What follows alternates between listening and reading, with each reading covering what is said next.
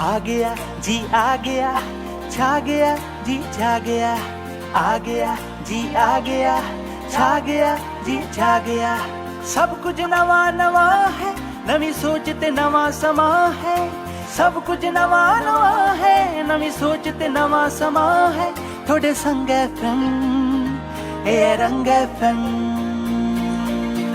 तुसी सुन रहे हो रंग FM। खुशामदीद दोस्तों, मैं ਤੁਹਾਡੀ ਆਪਣੀ ਜੇਪਾਲ ਹਾਜ਼ਰ ਹਾਂ ਅੱਜ ਦਾ ਹਫਤਾਵਾਰੀ ਪ੍ਰੋਗਰਾਮ ਲੈ ਕੇ ਸਿਹਤਨਾਮਾ। ਔਰ ਮੇਰੇ ਨਾਲ ਨੇ ਡਾਕਟਰ ਪੂਜਾ ਦਿੱਲੀ ਤੋਂ, ਜਿਹੜੇ ਕਿ ਹੋਮੋਪੈਥਿਕ ਦੇ ਸਪੈਸ਼ਲਿਸਟ ਨੇ ਔਰ ਬਹੁਤ ਕਾਬਲ ਡਾਕਟਰ ਨੇ। ਮਿਲਾਉਂਦੇ ਆ ਉਹਨਾਂ ਨੂੰ ਤੁਹਾਡੇ ਨਾਲ ਔਰ ਉਮੀਦ ਕਰਦੇ ਹਾਂ ਤੁਸੀਂ ਸਾਰੇ ਬੜੀ ਚੜ੍ਹਦੀ ਕਲਾ ਦੇ ਵਿੱਚ ਹੋਵੋਗੇ। ਹਾਂਜੀ ਡਾਕਟਰ ਸਾਹਿਬ, ਸਤਿ ਸ਼੍ਰੀ ਅਕਾਲ। ਸਤਿ ਸ਼੍ਰੀ ਅਕਾਲ। ਹਾਲ ਚਾਲ ਨੇ? ਠੀਕ ਠਾਕ? ਵਧੀਆ, ਬਿਲਕੁਲ ਵਧੀਆ, ਸਭ ਵਧੀਆ ਜੀ। ਥੈਂਕ ਯੂ ਡਾਕਟਰ ਸਾਹਿਬ, ਤੁਸੀਂ ਆਪਣਾ ਕੀਮਤੀ ਟਾਈਮ ਕੱਢਿਆ ਅੱਜ ਸਾਡੇ ਰੰਗ FM ਦੇ ਉੱਤੇ ਆਉਣ ਦਾ, ਸਾਨੂੰ ਟਾਈਮ ਦੇਣ ਦਾ। ਸੋ ਅਸੀਂ ਤੁਹਾਨੂੰ ਜੀ ਆਇਆਂ ਆਖਦੇ ਹਾਂ। ਬਹੁਤ ਬਹੁਤ ਤੁਹਾਡਾ ਸਤਿਕਾਰ ਹੈ ਰੰਗ FM ਰੇਡੀਓ ਦੇ ਉੱਤੇ ਔਰ ਇਸ ਪ੍ਰੋਗਰਾਮ ਦੇ ਵਿੱਚ, ਸਿਹਤਨਾਮਾ ਪ੍ਰੋਗਰਾਮ ਦੇ ਵਿੱਚ। Thank you so much. ਸਾਰੇ ਰੰਗ FM ਦੇ ਸਾਰੇ ਪਰਿਵਾਰ ਨੂੰ ਮੇਰੇ ਵੱਲੋਂ ਵੀ ਨਿੱਘੀ ਨਮਸਕਾਰ। ਸਤਿ ਸ਼੍ਰੀ ਅਕਾਲ ਜੀ। ਨਮਸਕਾਰ ਜੀ। ਡਾਕਟਰ ਸਾਹਿਬ, ਆਪਾਂ ਪੰਜਾਬੀ ਚ ਗੱਲ ਕਰੀਏ, ਹਿੰਦੀ ਚ ਕਿਸ ਤਰ੍ਹਾਂ ਈਜ਼ੀ ਫੀਲ ਕਰੋਗੇ? ਦੋਨੋਂ, ਮੈਂ ਦੋਨੋਂ ਚ ਈਜ਼ੀ ਹੈ। ਆਪਾਂ ਫਿਰ ਮਿਕਸ ਕਰ ਆਪਾਂ ਫਿਰ ਡਾਕਟਰ ਸਾਹਿਬ ਮਿਕਸ ਕਰ ਦਿੰਦੇ ਆ। ਬਿਲਕੁਲ ਬਿਲਕੁਲ ਜੀ, ਬਿਲਕੁਲ। ਕਿਉਂਕਿ ਜਿੰਨਾ ਕਿ ਮੈਨੂੰ ਪਤਾ ਹੈ ਨਾ, ਤੁਸੀਂ ਪੰਜਾਬ ਨੂੰ ਵੀ ਬਿਲੋਂਗ ਕਰਦੇ ਹੋ। ਮੇਰਾ ਸੇਮ ਹਿਸਟਰੀ ਜੀ ਆ ਮੇਰੇ ਵਾਲੀ, ਹਨਾ। ਜਿੱਦਾਂ ਮੈਂ ਕੁੜੀ ਪੰਜਾਬ ਦੀ ਆ ਤੇ ਨੂੰਹ ਮੈਂ ਦਿੱਲੀ ਦੀ ਆ, ਏਦਾਂ ਹੀ ਮੈਨੂੰ ਜੋ ਪਤਾ ਚੱਲਿਆ ਤੁਹਾਡੇ ਬਾਰੇ, ਤੁਸੀਂ ਵੀ ਲੜਕੀ ਪੰਜਾਬ ਦੀ ਹੋ ਤੇ ਨੂੰਹ ਦਿੱਲੀ ਦੀ। ਬਿਲਕੁਲ same history. Thank you doctor ਸਾਹਿਬ, ਥੈਂਕ ਯੂ ਵੈਰੀ ਮਚ। ਅੱਛਾ ਡਾਕਟਰ ਸਾਹਿਬ, ਪਹਿਲਾਂ ਅਸੀਂ ਜਾਣਨਾ ਚਾਹਾਂਗੇ ਹਨਾ ਤੁਹਾਡੇ ਬਾਰੇ। ਤੁਹਾਡਾ ਜਨਮ ਪੰਜਾਬ 'ਚ ਹੋਇਆ, ਸਟੱਡੀ ਹੋਈ, ਐਜੂਕੇਸ਼ਨ ਤੁਹਾਡੀ ਚੱਲੀ, ਕਿੱਥੋਂ ਚੱਲੀ ਔਰ ਕਿਸ ਤਰ੍ਹਾਂ ਤੁਸੀਂ ਇਸ ਲਾਈਨ ਨੂੰ ਚੂਜ਼ ਕੀਤਾ? ਹਾਂਜੀ, ਮੈਨੂੰ ਬਚਪਨ ਤੋਂ ਹੀ ਮਤਲਬ ਮੇਰਾ ਡ੍ਰੀਮ ਸੀਗਾ ਕਿ ਮੈਂ ਡਾਕਟਰ ਬਣਾ ਤੇ ਲੋਕਾਂ ਦਾ ਕਿਸੇ ਨਾ ਕਿਸੇ ਤਰੀਕੇ ਨਾਲ ਮੈਂ ਅਗਰ ਉਹਨਾਂ ਦੀ ਸੇਵਾ ਕਰ ਸਕਾਂ ਤਾਂ ਮੈਨੂੰ ਇਹ ਡ੍ਰੀਮ, ਮੈਂ ਐਕਚੁਅਲੀ ਮੈਂ ਲੁਧਿਆਣੇ ਤੋਂ ਬਿਲੋਂਗ ਕਰਦੀ ਹਾਂ ਤੇ ਉੱਥੇ KVM ਤੋਂ ਸਕੂਲਿੰਗ ਕਰਕੇ ਦੈਨ ਫਿਰ ਮੈਂ ਲੁਧਿਆਣੇ ਦੇ ਵਿੱਚ ਹੀ ਇੱਕ ਬੜਾ ਅੱਛਾ ਕਾਲਜ ਹੈ, ਲਾਰਡ ਮਨਵੀਰਾ ਕਾਲਜ, ਹੋਮਿਓਪੈਥਿਕ ਕਾਲਜ। ਉੱਥੋਂ ਮੈਂ ਫਿਰ ਆਪਣੀ ਡਿਗਰੀ ਕੀਤੀ BHMS ਐਂਡ ਉਸ ਤੋਂ ਬਾਅਦ ਫਿਰ ਮੈਂ ਡਾਕਟਰ ਬਤਰਾਜ ਹੈਗਾ ਜਿਹੜਾ ਚੇਨ ਆਫ ਕਲੀਨਿਕ ਹੈ ਉਹਨੂੰ ਜੁਆਇਨ ਕੀਤਾ ਕੁਝ ਟਾਈਮ ਐਂਡ ਫਿਰ ਉਸ ਤੋਂ ਬਾਅਦ ਮੈਂ ਆਪਣੀ ਕਲੀਨਿਕ ਆਪਣੇ ਆਪ ਉਹ ਸੈੱਟ ਕਰ ਲਈ ਤੇ ਹੁਣ ਮੈਂ 18 ਸਾਲ ਤੋਂ ਆਪਣੀ ਖੁਦ ਪ੍ਰੈਕਟਿਸ ਕਰ ਰਹੀ ਹਾਂ ਇੱਥੇ Delhi. Very good, very good. Delhi 'ਚ ਕਿਹੜੀ ਜਗ੍ਹਾ ਹੁੰਦੇ ਹੋ ਡਾਕਟਰ ਸਾਹਿਬ? ਦਿੱਲੀ 'ਚ GK1, greater Kailash 1। Greater Kailash 1 ਤੁਹਾਡਾ ਆਪਣਾ ਕਲੀਨਿਕ? ਹਾਂਜੀ ਹਾਂਜੀ, ਤੇ ਨਾਲ ਮੈਂ ਉਹ ਇੱਥੇ ਪਹਾੜੀ ਵਾਲਾ ਗੁਰਦੁਆਰਾ ਹੈ ਉੱਥੇ ਮਾਤਾ ਗੁਜਰੀ ਸੈਂਟਰ ਦੇ ਵਿੱਚ, ਉੱਥੇ ਵੀ ਉਹਦੇ ਨਾਲ ਵੀ ਐਸੋਸੀਏਟਡ ਹੈ। ਵਾਹ, ਵੈਰੀ ਗੁੱਡ। ਯਾਨੀ ਕਿ ਤੁਸੀਂ ਨਾਲ ਇੱਕ ਚੈਰੀਟੇਬਲ ਟਰਸਟ ਦੇ ਅੰਡਰ ਫ੍ਰੀ ਸੇਵਾ ਵੀ ਕਰਦੇ ਹੋ? ਹਾਂਜੀ, ਬਹੁਤ ਖੁਸ਼ੀ ਹੋਈ ਡਾਕਟਰ ਸਾਹਿਬ ਇਹ ਜਾਣ ਕੇ, ਕਿਉਂਕਿ ਜਿਹੜੀ ਤੁਹਾਡੀ ਏਜ ਦੇ ਵਿੱਚ ਵੀ ਕੈਨ ਸੇ ਕਿ ਤੁਸੀਂ ਯੰਗ ਜਨਰੇਸ਼ਨ 'ਚ ਹੈਗੇ ਹੋ, ਇਹਦੇ ਵਿੱਚ ਇੱਕ ਸੇਵਾ ਭਾਵਨਾ ਮਨ ਦੇ ਵਿੱਚ ਆਉਣੀ ਹੈ, ਇੱਕ ਬਹੁਤ ਵੱਡੀ ਗੱਲ ਹੈ। ਔਰ ਅਦਰਵਾਈਜ਼ ਹਰ ਇਨਸਾਨ ਨੂੰ ਇਹ ਹੁੰਦਾ ਕਿ ਮੈਂ ਆਪਣੇ ਪ੍ਰੋਫੈਸ਼ਨ ਤੋਂ ਮੈਕਸਿਮਮ ਪੈਸਾ ਕਮਾਵਾਂ, ਜਿੰਨਾ ਵੀ ਕਮਾਇਆ ਜਾ ਸਕਦਾ। ਸੋ ਡਾਕਟਰ ਸਾਹਿਬ ਥੈਂਕ ਯੂ, ਇਹ ਬਹੁਤ ਖੁਸ਼ੀ ਹੋਈ ਹੈ ਸਾਨੂੰ ਜਾਣ ਕੇ ਔਰ ਮੈਨੂੰ ਲੱਗਦਾ ਮੇਰੇ ਤੋਂ ਵੀ ਵੱਧ ਖੁਸ਼ੀ ਮੇਰੇ ਸਰੋਤਿਆਂ ਨੂੰ ਹੋਏਗੀ। ਸੋ ਡਾਕਟਰ ਸਾਹਿਬ, ਤੁਸੀਂ ਫਿਰ ਇਹ ਸਾਰੀ ਜਿਹੜੀ ਐਜੂਕੇਸ਼ਨ ਇੱਥੇ ਦੀ ਡਾਕਟਰ ਬਣਨ ਦੀ ਡਿਗਰੀ ਜਿਹੜੀ ਤੁਸੀਂ ਇਹ ਕਿੱਥੋਂ ਲਈ? ਇਹ ਮੈਂ ਲਾਰਡ ਮਨਵੀਰਾ ਕਾਲਜ ਹੈ, ਹੋਮਿਓਪੈਥਿਕ ਕਾਲਜ ਹੈ ਲੁਧਿਆਣੇ ਦੇ ਵਿੱਚ ਹੀ, ਉੱਥੇ ਮੈਂ ਉੱਥੋਂ ਦੀ ਲਿੱਤੀ ਐਂਡ ਮੈਂ ਥਰੂ ਆਊਟ ਆਪਣਾ ਸਾਰੇ ਪ੍ਰੋਫੈਸ਼ਨਲ ਈਅਰ 'ਚ ਟੌਪਰ ਸੀਗੀ। Wow, very good, very good. ਮਾਣ ਹੈ ਫਿਰ ਤਾਂ ਸਾਨੂੰ ਤੁਹਾਡੇ ਉੱਤੇ, ਹਨਾ। ਮੇਰਾ ਤਾਂ ਹਿੰਦੀ ਬੋਲਣ ਨੂੰ ਦਿਲ ਹੀ ਨਹੀਂ ਕਰਦਾ, ਕਿਉਂਕਿ ਜੇ ਮੈਂ ਹਿੰਦੀ ਬੋਲੂੰਗੀ ਲੱਗੂਗਾ ਅਸੀਂ ਦਿੱਲੀ ਦੀ ਲੜਕੀ ਦੀ ਉਹ ਕਰ ਰਹੇ ਹਾਂ ਤੇ ਹੈਨਾ। ਤੇ ਜਦੋਂ ਤੁਸੀਂ ਡਿਗਰੀ ਪੰਜਾਬ 'ਚੋਂ ਲਈ ਹੈ ਹੈਨਾ, ਹਾਂਜੀ, ਅਸੀਂ ਚਾਹਾਂਗੇ ਪੰਜਾਬ ਦਾ ਨਾਮ ਹੀ ਉੱਚਾ ਹੋਵੇ, ਪੰਜਾਬੀ ਦਾ ਨਾਮ ਹੀ ਉੱਚਾ ਹੋਵੇ, ਹੈਨਾ। ਅਗਰ ਤੁਹਾਨੂੰ ਕੋਈ ਦਿੱਕਤ ਆਏ ਮੈਨੂੰ ਦੱਸ ਦਿਓ, ਥੋੜੀ ਬਹੁਤ ਆਉਂਦੀ ਹੈ ਮੈਨੂੰ ਵੀ ਹਿੰਦੀ, ਕਿਉਂਕਿ ਮੈਂ ਕੁਝ ਕੁ ਸਾਲ ਗੁਜ਼ਾਰੇ ਨੇ ਹਿੰਦੀ ਦੇ ਇੱਥੇ ਦਿੱਲੀ ਦੇ ਵਿੱਚ। सो हम बात कर सकते हैं, हिंदी में भी बात कर सकते हैं हम। नहीं ठीक है, मैंने पंजाबी भी सही है तो हिंदी तो सब ठीक है, सब अच्छा। ਥੈਂਕ ਯੂ ਹਾਂਜੀ। Very much, thank you. Doctor Sahib, homeopathy ਨੂੰ ਲੈ ਕੇ ਬਹੁਤ ਤਰ੍ਹਾਂ ਦੇ ਸਵਾਲ ਆਉਂਦੇ ਨੇ ਲੋਕਾਂ ਦੇ ਦਿਲ ਦਿਮਾਗ ਦੇ ਵਿੱਚ, ਬਹੁਤ ਤਰ੍ਹਾਂ ਦਾ, ਕਿਉਂਕਿ ਸਾਨੂੰ ਲੋਕਾਂ ਨੂੰ ਆਦਤ ਬਣ ਚੁੱਕੀ ਆ ਹਰ ਚੀਜ਼ ਜਲਦੀ ਕਰਨ ਦੀ। ਚਾਹੇ ਕੋਈ ਕੰਮ ਹੈ, ਚਾਹੇ ਅਸੀਂ ਕੋਈ ਵਰਕ ਕਰ ਰਿਹਾ, ਪ੍ਰੋਗਰੈਸ ਕਰ ਰਿਹਾ, ਜਾਂ ਹਰ ਫੀਲਡ ਦੇ ਵਿੱਚ ਇੱਕ ਕਾਹਲ ਬੱਚੀ ਹੋਈ ਆ ਕਿ ਆਹ ਕੰਮ ਜਲਦੀ ਹੋ ਜੇ, ਆਹ ਕੰਮ ਜਲਦੀ ਹੋ ਜੇ। ਇਵਨ ਕਿ ਜਿਹੜੀ ਵੈਰੀ ਯੰਗ ਜਨਰੇਸ਼ਨ ਹੈਗੀ, ਉਹ ਤਾਂ ਕਹਿੰਦੇ ਅਸੀਂ ਅਮੀਰ ਵੀ ਰਾਤੋਂ ਰਾਤ ਬਣ ਜਾਈਏ, ਸਾਨੂੰ ਐਫਰਟਸ ਇੰਨੇ ਨਾ ਕਰਨੇ ਪੈਣ ਕਿ ਅਸੀਂ ਰਾਤੋਂ ਰਾਤ ਅਮੀਰ ਬਣ ਜਾਈਏ। ਸੋ ਇਹ ਜਿਹੜਾ ਕਾਲਾਪਨ ਹੈ ਜਾਂ ਜਿਹੜੀ ਜਲਦਬਾਜ਼ੀ ਸਾਡੇ ਦਿਮਾਗ ਦੇ ਅੰਦਰ ਹੈ, ਇਹ ਸਾਨੂੰ ਹੋਮੋਪੈਥੀ ਵੱਲ ਨੂੰ ਘੱਟ ਲੈ ਕੇ ਜਾਂਦੀ ਆ। ਕਿਉਂਕਿ ਜੀ ਹੋਮੋਪੈਥੀ ਦੇ ਵਿੱਚ ਜਿਹੜੇ ਇਲਾਜ ਹੈਗੇ ਨੇ ਉਹ ਬਹੁਤ ਲੌਂਗ ਟਾਈਮ ਲੈਂਦੇ ਨੇ। ਕੀ ਇਹ ਸੱਚ ਹੈ? ਨਹੀਂ, ਇਹ ਬਿਲਕੁਲ ਵੀ ਸੱਚ ਨਹੀਂ ਹੈ। ਇਹਦੇ ਪਿੱਛੇ ਜਿਹੜਾ ਰੀਜ਼ਨ ਹੈ ਉਹ ਇਹ ਹੈ ਕਿ ਨਾਰਮਲੀ ਤੁਸੀਂ ਦੇਖਿਆ ਹੋਣਾ ਹੈ ਕਿ ਜਿਹੜੇ ਲੋਕ ਨੇ ਉਹ ਪਹਿਲਾਂ ਜ਼ਿਆਦਾ ਐਲੋਪੈਥੀ ਨੂੰ ਜ਼ਿਆਦਾ ਪ੍ਰੈਫਰ ਕਰਦੇ ਆ। ਉਹ ਪਹਿਲਾਂ ਆਪਣਾ ਇਲਾਜ ਐਲੋਪੈਥੀ ਤੇ ਜਾ ਕੇ ਕਰਾਉਂਦੇ ਨੇ। ਉੱਥੇ ਕੀ ਕਰਦੇ ਆ ਐਲੋਪੈਥੀ ਦੇ, ਜਿੱਦਾਂ ਹੁਣ ਤੁਸੀਂ ਐਗਜ਼ਾਮਪਲ ਲਓ ਕਿ ਕਿਸੇ ਨੂੰ ਅਗਰ ਰੂਮੇਟਾਇਡ ਆਰਥਰਾਈਟਿਸ ਹੈਗਾ ਜਾਂ ਗਾਊਟ ਹੈਗਾ ਜਾਂ ਕੋਈ ਵੀ ਪੇਨ ਦੀ ਸ਼ਿਕਾਇਤ ਹੈਗੀ, ਤਾਂ ਉਹ ਐਲੋਪੈਥੀ ਕੋਲੇ ਜਾਣਗੇ। ਉਹਨਾਂ ਦੇ ਕੋਲ ਤਾਂ ਸਿਰਫ ਇੱਕ ਪੇਨ ਕਿਲਰ ਹੀ ਨੇ, ਤੇ ਉਹ ਜਦੋਂ ਤੁਸੀਂ ਪੇਨ ਕਿਲਰ ਖਾਓਗੇ, ਜਿੱਦਾਂ ਆਪਾਂ ਵੀ ਦੇਖਿਆ ਹੋਣਾ ਵੀ ਜਦ ਕਦੇ ਆਪਾਂ ਨੂੰ ਸਿਰ ਦਰਦ ਹੋਵੇ, ਪੇਨ ਕਿਲਰ ਖਾ ਲਓ ਤਾਂ 10-15 ਮਿੰਟਾਂ ਦੇ ਵਿੱਚ ਉਹ ਠੀਕ ਹੋ ਜਾਂਦਾ। ਤਾਂ ਲੋਕਾਂ ਨੂੰ ਕੀ ਹੈ, ਉਹ ਆਦਤ ਪਈ ਹੋਈ ਹੈ। ਬਟ ਅਗਰ ਰਿਐਲਿਟੀ ਦੇ ਵਿੱਚ ਤੁਸੀਂ ਦੇਖੋ ਤਾਂ ਜਿਹੜੇ ਇਹ ਪੇਨ ਕਿਲਰ ਹੈ, ਇਹ ਤੁਹਾਡੇ ਜਿਹੜੇ ਪੇਨ ਨੂੰ ਠੀਕ ਨਹੀਂ ਕਰਦੇ, ਇਹ ਉਹਨੂੰ ਸਿਰਫ ਸਪਰੈਸ ਕਰਦੇ ਆ। ਸਪਰੈਸ ਕਰਕੇ ਤੇ ਉਹਦੇ ਸਾਈਡ ਇਫੈਕਟ ਵੀ ਕਿੰਨੇ ਹੈ, ਲੌਂਗ ਟਰਮ ਦੇ ਵਿੱਚ ਤੁਸੀਂ ਖਾਈ ਜਾਂਦੇ ਹੋ, ਪਰ ਉਹ ਬੋਡੀ ਦੇ ਉੱਪਰ ਬੜੇ ਜ਼ਿਆਦਾ ਉਹਦੇ ਖਤਰਨਾਕ ਉਹਦੇ ਐਡਵਰਸ ਰਿਐਕਸ਼ਨ ਹੁੰਦੇ। ਫਿਰ ਲੋਕਾਂ ਨੂੰ ਕੀ ਆਦਤ ਹੈ, ਉਹੀ ਉਹ ਚੀਜ਼ ਜਿਹੜੀ ਹੋਮਿਓਪੈਥੀ ਚ ਭਾਲਦੇ ਨੇ। ਉਹ ਕਹਿੰਦੇ ਵੀ ਜਿੱਦਾਂ ਤੁਸੀਂ ਦਵਾਈ ਲਓ ਔਰ ਇੱਕਦਮ ਹੀ ਤੁਹਾਨੂੰ ਰਾਤੋਂ ਰਾਤ ਹੀ ਬਿਲਕੁਲ ਠੀਕ ਹੋ ਜਾਓ। ਬਟ ਇਹਦੇ ਵਿੱਚ ਜਿਹੜੀ ਹੋਮਿਓਪੈਥੀ ਹੈ, ਉਹਦਾ ਜਿਹੜਾ ਤੁਸੀਂ ਅਗਰ ਮੰਨੋ ਕਿ ਮੇਨ ਜਿਹੜਾ ਥੀਮ ਹੈ ਉਹ ਕੀ ਹੈ ਕਿ ਹੋਮਿਓਪੈਥੀ ਜਿਹੜਾ ਆਪਣੀ ਬੋਡੀ ਦੇ ਅੰਦਰ ਜਿਹੜਾ ਇਮਿਊਨ ਸਿਸਟਮ ਹੈ, ਜਾਂ ਜਿਹਨੂੰ ਕਹਿ ਲਓ ਕਿ ਵਾਈਟਲ ਫੋਰਸ, ਜਿਹੜੀ ਆਪਣੀ ਅੰਦਰੂਨੀ ਜਿਹੜੀ ਸ਼ਕਤੀ ਹੈ, ਉਹਨੂੰ ਉਹ ਪਾਵਰ ਦਿੰਦਾ ਹੈ ਜਿਹੜੀ ਹੋਮਿਓਪੈਥੀ ਦੀ ਦਵਾਈਆਂ ਹੈ। ਤੇ ਜਦੋਂ ਤੁਸੀਂ ਉਹ ਤੁਹਾਡੀ ਆਪਣੇ ਆਪ 'ਚ ਹੀ ਪਾਵਰ ਹੋਗੀ ਤਾਂ ਤੁਹਾਡੀ ਉਹ ਪਾਵਰ ਜਿਹੜੀ ਬਿਮਾਰੀਆਂ ਨਾਲ ਲੜੇਗੀ ਖੁਦ, ਤੇ ਉਹ ਪਰਮਾਨੈਂਟ ਤਰੀਕਾ ਹੋਏਗਾ ਉਹ ਚੀਜ਼ ਦਾ। ਪਰ ਲੋਕ ਇਹ ਚੀਜ਼ ਨਹੀਂ ਦੇਖਦੇ। ਉਹ ਅੱਜ ਕੱਲ ਦੇ ਜਿੱਦਾਂ ਹੁੰਦਾ ਵੀ 2 ਮਿੰਟਸ ਨੂਡਲਸ, ਉਹਦੇ ਵਿੱਚ ਕਿ ਮੈਗੀ ਚਲੋ 2 ਮਿੰਟ 'ਚ ਹੋ ਗਿਆ ਸਭ ਚੀਜ਼, ਜਿੱਦਾਂ ਤੁਸੀਂ ਕਿਹਾ ਕਿ ਇਮੀਡੀਏਟ ਉਹਨਾਂ ਨੂੰ ਜਲਦੀ ਰਿਜ਼ਲਟ ਚਾਹੀਦਾ ਹੈ। ਬਟ ਉਹ ਜਲਦੀ ਰਿਜ਼ਲਟ ਦੇ ਵਿੱਚ ਆਹ ਚੀਜ਼ ਨਹੀਂ ਦੇਖਦੇ ਵੀ ਉਹਦਾ ਨੁਕਸਾਨ ਕਿੰਨਾ ਹੈ। ਹੁਣ ਮੈਂ ਤੁਹਾਨੂੰ ਇਹ ਦੱਸੂਗੀ, ਮੈਨੂੰ ਅਗਰ ਜਿੱਦਾਂ ਮੈਂ ਇਹ ਚੀਜ਼ ਬੜੀ ਸੁਣੀ ਵੀ ਹਾਂ ਹੋਮਿਓਪੈਥੀ ਬੜਾ ਮਤਲਬ ਦੇਰ ਲਾਉਂਦੀ ਹੈ, ਬਹੁਤ ਜ਼ਿਆਦਾ ਉਹਦਾ ਅਸਰ ਬੜੀ ਦੇਰ ਨਾਲ ਹੁੰਦਾ ਹੈ। ਪਰ ਮੈਂ ਤੁਹਾਨੂੰ ਦੱਸੋ, ਜਦੋਂ ਮੈਂ ਫਸਟ ਈਅਰ 'ਚ ਸੀਗੀ ਕਾਲਜ 'ਚ, ਤੇ ਮੈਨੂੰ ਧਿਆਨ ਹੈ ਮੇਰੇ ਨਾਲ ਪੜੋਸ ਦੇ ਵਿੱਚ ਇੱਕ ਆਂਟੀ ਰਹਿੰਦੇ ਸੀਗੇ, ਤੇ ਉਹ ਰਾਤੀ ਮੇਰੇ ਕੋਲ ਜਿੱਦਾਂ ਆਏ, ਮੈਨੂੰ ਬੋਲੇ ਕਿ ਮੈਨੂੰ ਨਾ ਗਲੇ ਦੇ ਵਿੱਚ ਜਿੱਦਾਂ ਇੱਥੇ ਨਾ ਛਾਲੇ ਜਿਹੇ ਹੋ ਗਏ, ਗਲੇ ਦੇ ਵਿੱਚ ਵੀ ਹੈ ਤੇ ਟੰਗ ਤੇ ਵੀ ਹੈ। ਮੈਨੂੰ ਉਦੋਂ 2-3 ਦਵਾਈਆਂ ਮੈਂ ਪੜ੍ਹੀਆਂ ਹੋਈਆਂ ਸੀ ਫਸਟ ਈਅਰ 'ਚ ਹਜੇ, ਤੇ ਉਹਦੇ 'ਚ ਇੱਕ ਦਵਾਈ ਮੈਨੂੰ ਲੱਗਿਆ ਵੀ ਹਾਂ ਇਹ ਇਹਨਾਂ ਦੇ ਬਿਲਕੁਲ ਮਤਲਬ ਇਹਨਾਂ ਤੇ ਪਰਫੈਕਟ ਹੈ, ਬਿਲਕੁਲ ਸੂਟ ਕਰੇਗੀ। ਉਹਨਾਂ ਨੂੰ ਮੈਂ ਦਿੱਤੀ ਤੇ ਤੁਸੀਂ ਯਕੀਨ ਨਹੀਂ ਮੰਨੋਗੇ, ਸਵੇਰੇ ਜਦੋਂ ਉਹ ਮੇਰੇ ਕੋਲ ਆਏ ਤੇ ਉਹਨਾਂ ਦਾ ਕੋਈ ਛਾਲਾ ਕੋਈ ਵੀ ਨਹੀਂ, ਸਾਰੇ ਠੀਕ ਹੋ ਗਏ। ਮਤਲਬ ਇੰਨਾ ਫਾਸਟ ਐਕਸ਼ਨ ਹੈ। ਤੇ ਉਹਦੇ ਪਿੱਛੇ ਇਹੀ ਹੈ ਕਿ ਜੇ ਤੁਹਾਡੀ ਮੈਡੀਸਨ ਸਹੀ ਹੈ ਤਾਂ ਉਹ ਬਹੁਤ ਜਲਦੀ ਅਸਰ ਕਰੇਗੀ। ਉਹ ਜਿਹੜੇ ਕਹਿੰਦੇ ਹੁੰਦੇ ਆ ਵੀ ਕਈ ਡਾਕਟਰ ਹੁੰਦੇ ਆ ਵੀ ਕਹਿੰਦੇ ਹੁੰਦੇ ਆ ਵੀ ਚਲੋ ਹਾਂ ਇਹ ਤੁਹਾਨੂੰ ਬਹੁਤ ਸਾਲ ਖਾਣੀ ਪਏਗੀ, ਬਹੁਤ ਖਾਣੀ ਪਏਗੀ। ਉਹ ਹੈ ਕਿ ਉਹ ਡਾਕਟਰ ਉਹ ਆਪਣੀ ਮੈਡੀਸਨ ਦੇ ਵਿੱਚ ਉਹ ਕੌਨਫੀਡੈਂਟ ਨਹੀਂ ਹੁੰਦਾ। ਤੇ ਅਗਰ ਮੈਡੀਸਨ ਜਦੋਂ ਸਹੀ ਨਹੀਂ ਹੋਏਗੀ ਤਾਂ ਫਿਰ ਉਹ ਤਾਂ ਲੰਬਾ ਟਾਈਮ ਜਿੰਨੇ ਦੇਰ ਮਰਜ਼ੀ ਖਿੱਚੀ ਜਾਓ, ਤੇ ਉਹ ਵਾਲਾ ਹਿਸਾਬ ਹੈ। ਅਦਰਵਾਈਜ਼ ਅਗਰ ਤੁਸੀਂ ਸਹੀ ਮੈਡੀਸਨ ਦੋਗੇ ਤਾਂ ਉਹ ਹੋਮਿਓਪੈਥੀ ਬੜੀ ਜਲਦੀ ਅਸਰ ਕਰਦੀ ਹੈ, ਬਹੁਤ ਜਲਦੀ। ਜਿੱਦਾਂ ਕ੍ਰੀਏਟਿਨਿਨ ਲੈਵਲਸ, ਜਿੱਦਾਂ ਕਿਡਨੀ ਦੀ ਬਿਮਾਰੀ, ਮੈਂ ਕਈ ਪੇਸ਼ੈਂਟ ਨੂੰ ਦੇਖਿਆ ਉਹਨਾਂ ਦੇ 2-3 ਮਹੀਨਿਆਂ ਦੇ ਵਿੱਚ ਕ੍ਰੀਏਟਿਨਿਨ ਲੈਵਲਸ ਨਾਰਮਲ ਆ ਜਾਂਦੇ ਆ। ਤੇ ਇਹ ਗਲਤ ਹੈ ਕਿ ਹੋਮਿਓਪੈਥੀ ਲੇਟ ਅਸਰ ਮਤਲਬ ਬਹੁਤ ਦੇਰ ਲੱਗਦੀ ਹੈ, ਉਦਾਂ ਨਹੀਂ ਹੈਗਾ, ਸਲੋ ਅਸਰ ਕਰਦੀ ਆ ਜਾਂ ਕਿਤਾ। ਹਾਂਜੀ, ਨਾ ਨਾ ਨਾ ਬਿਲਕੁਲ ਨਹੀਂ। ਡਾਕਟਰ ਸਾਹਿਬ, ਇੱਕ ਸਾਡੇ ਲੋਕਾਂ ਦੇ ਨਾ ਦਿਮਾਗ 'ਚ ਬੈਠੀ ਹੋਈ ਹੈ, ਬੇਸ਼ੱਕ ਅਵੇਅਰਨੈਸ ਆ ਰਹੀ ਆ ਹੁਣ ਥੋੜੀ ਲੋਕਾਂ ਦੇ ਅੰਦਰ, ਬਟ ਫਿਰ ਵੀ ਸਾਡੇ ਦਿਮਾਗ 'ਚ ਨਾ ਇੱਕ ਗੱਲ ਬੈਠੀ ਹੋਈ ਆ ਕਿ ਮਿੱਠੀਆਂ ਗੋਲੀਆਂ ਨੇ, ਇਹਨਾਂ ਨੇ ਕੀ ਅਸਰ ਕਰਨਾ, ਹਨਾ। ਇਹ ਤਾਂ 4 ਖਾ ਲਓ, 5 ਖਾ ਲਓ, ਫਿਰ 3-3 ਸ਼ੀਸ਼ੀਆਂ ਹੁੰਦੀਆਂ ਨੇ, ਉਹ 2-2 ਸ਼ੀਸ਼ੀਆਂ, 3-3 ਸ਼ੀਸ਼ੀਆਂ ਦਿਨ 'ਚ 3-3 ਵਾਰੀ, 2-2 ਘੰਟੇ, 4-4 ਘੰਟੇ ਬਾਅਦ, ਤੇ ਉਹ ਬਈ ਸਾਰਾ ਦਿਨ ਫਿਰ ਇਸੇ ਕੰਮ ਤੇ ਹੀ ਲੱਗੇ ਰਹੋ ਜਾਂ ਕਿੱਦਾਂ, ਹਨਾ। ਕੀ ਇਹ ਸਾਰੀਆਂ ਮੈਡੀਸਨ ਇਸ ਟਾਈਪ ਦੀਆਂ ਹੁੰਦੀਆਂ ਜਾਂ ਤੁਸੀਂ ਆਪਣੇ ਹਿਸਾਬ ਦੇ ਨਾਲ ਜ਼ਰੂਰੀ ਸਮਝਦੇ ਹੋ, ਜਾਂ ਥੋੜੀ ਦਵਾਈ ਦੇ ਵਿੱਚ ਵੀ ਉਹ ਚੀਜ਼ ਦਾ ਜਿਹੜਾ ਇਲਾਜ ਆ ਹੋ ਸਕਦਾ? ਇਹਦੇ ਬਾਰੇ ਕੁਝ ਡਿਟੇਲ ਚ ਦੱਸਿਓ। ਜੀ, ਹੋਮਿਓਪੈਥੀ ਦੇ ਜਿੱਦਾਂ ਅੱਜ ਕੱਲ ਨਾ ਦੋ ਲਾਈਨ ਆਫ ਟ੍ਰੀਟਮੈਂਟ ਚੱਲ ਪਏ ਹੈ। ਇੱਕ ਦੇ ਵਿੱਚ ਤੁਸੀਂ ਇੱਕ ਹੁੰਦਾ ਵੀ ਜਿਹੜੇ ਮਿਕਸ ਕਰਕੇ ਮਤਲਬ 5-6 ਦਵਾਈਆਂ ਮਿਕਸ ਕਰਕੇ ਦੇ ਦਿੰਦੇ ਆ, ਤੇ ਉਹ ਥੋੜੀ ਥੋੜੀ ਦੇਰ ਬਾਅਦ ਕਹਿੰਦੇ ਵੀ ਆ ਲਈ ਜਾਓ ਲਈ ਜਾਓ ਲਈ ਜਾਓ।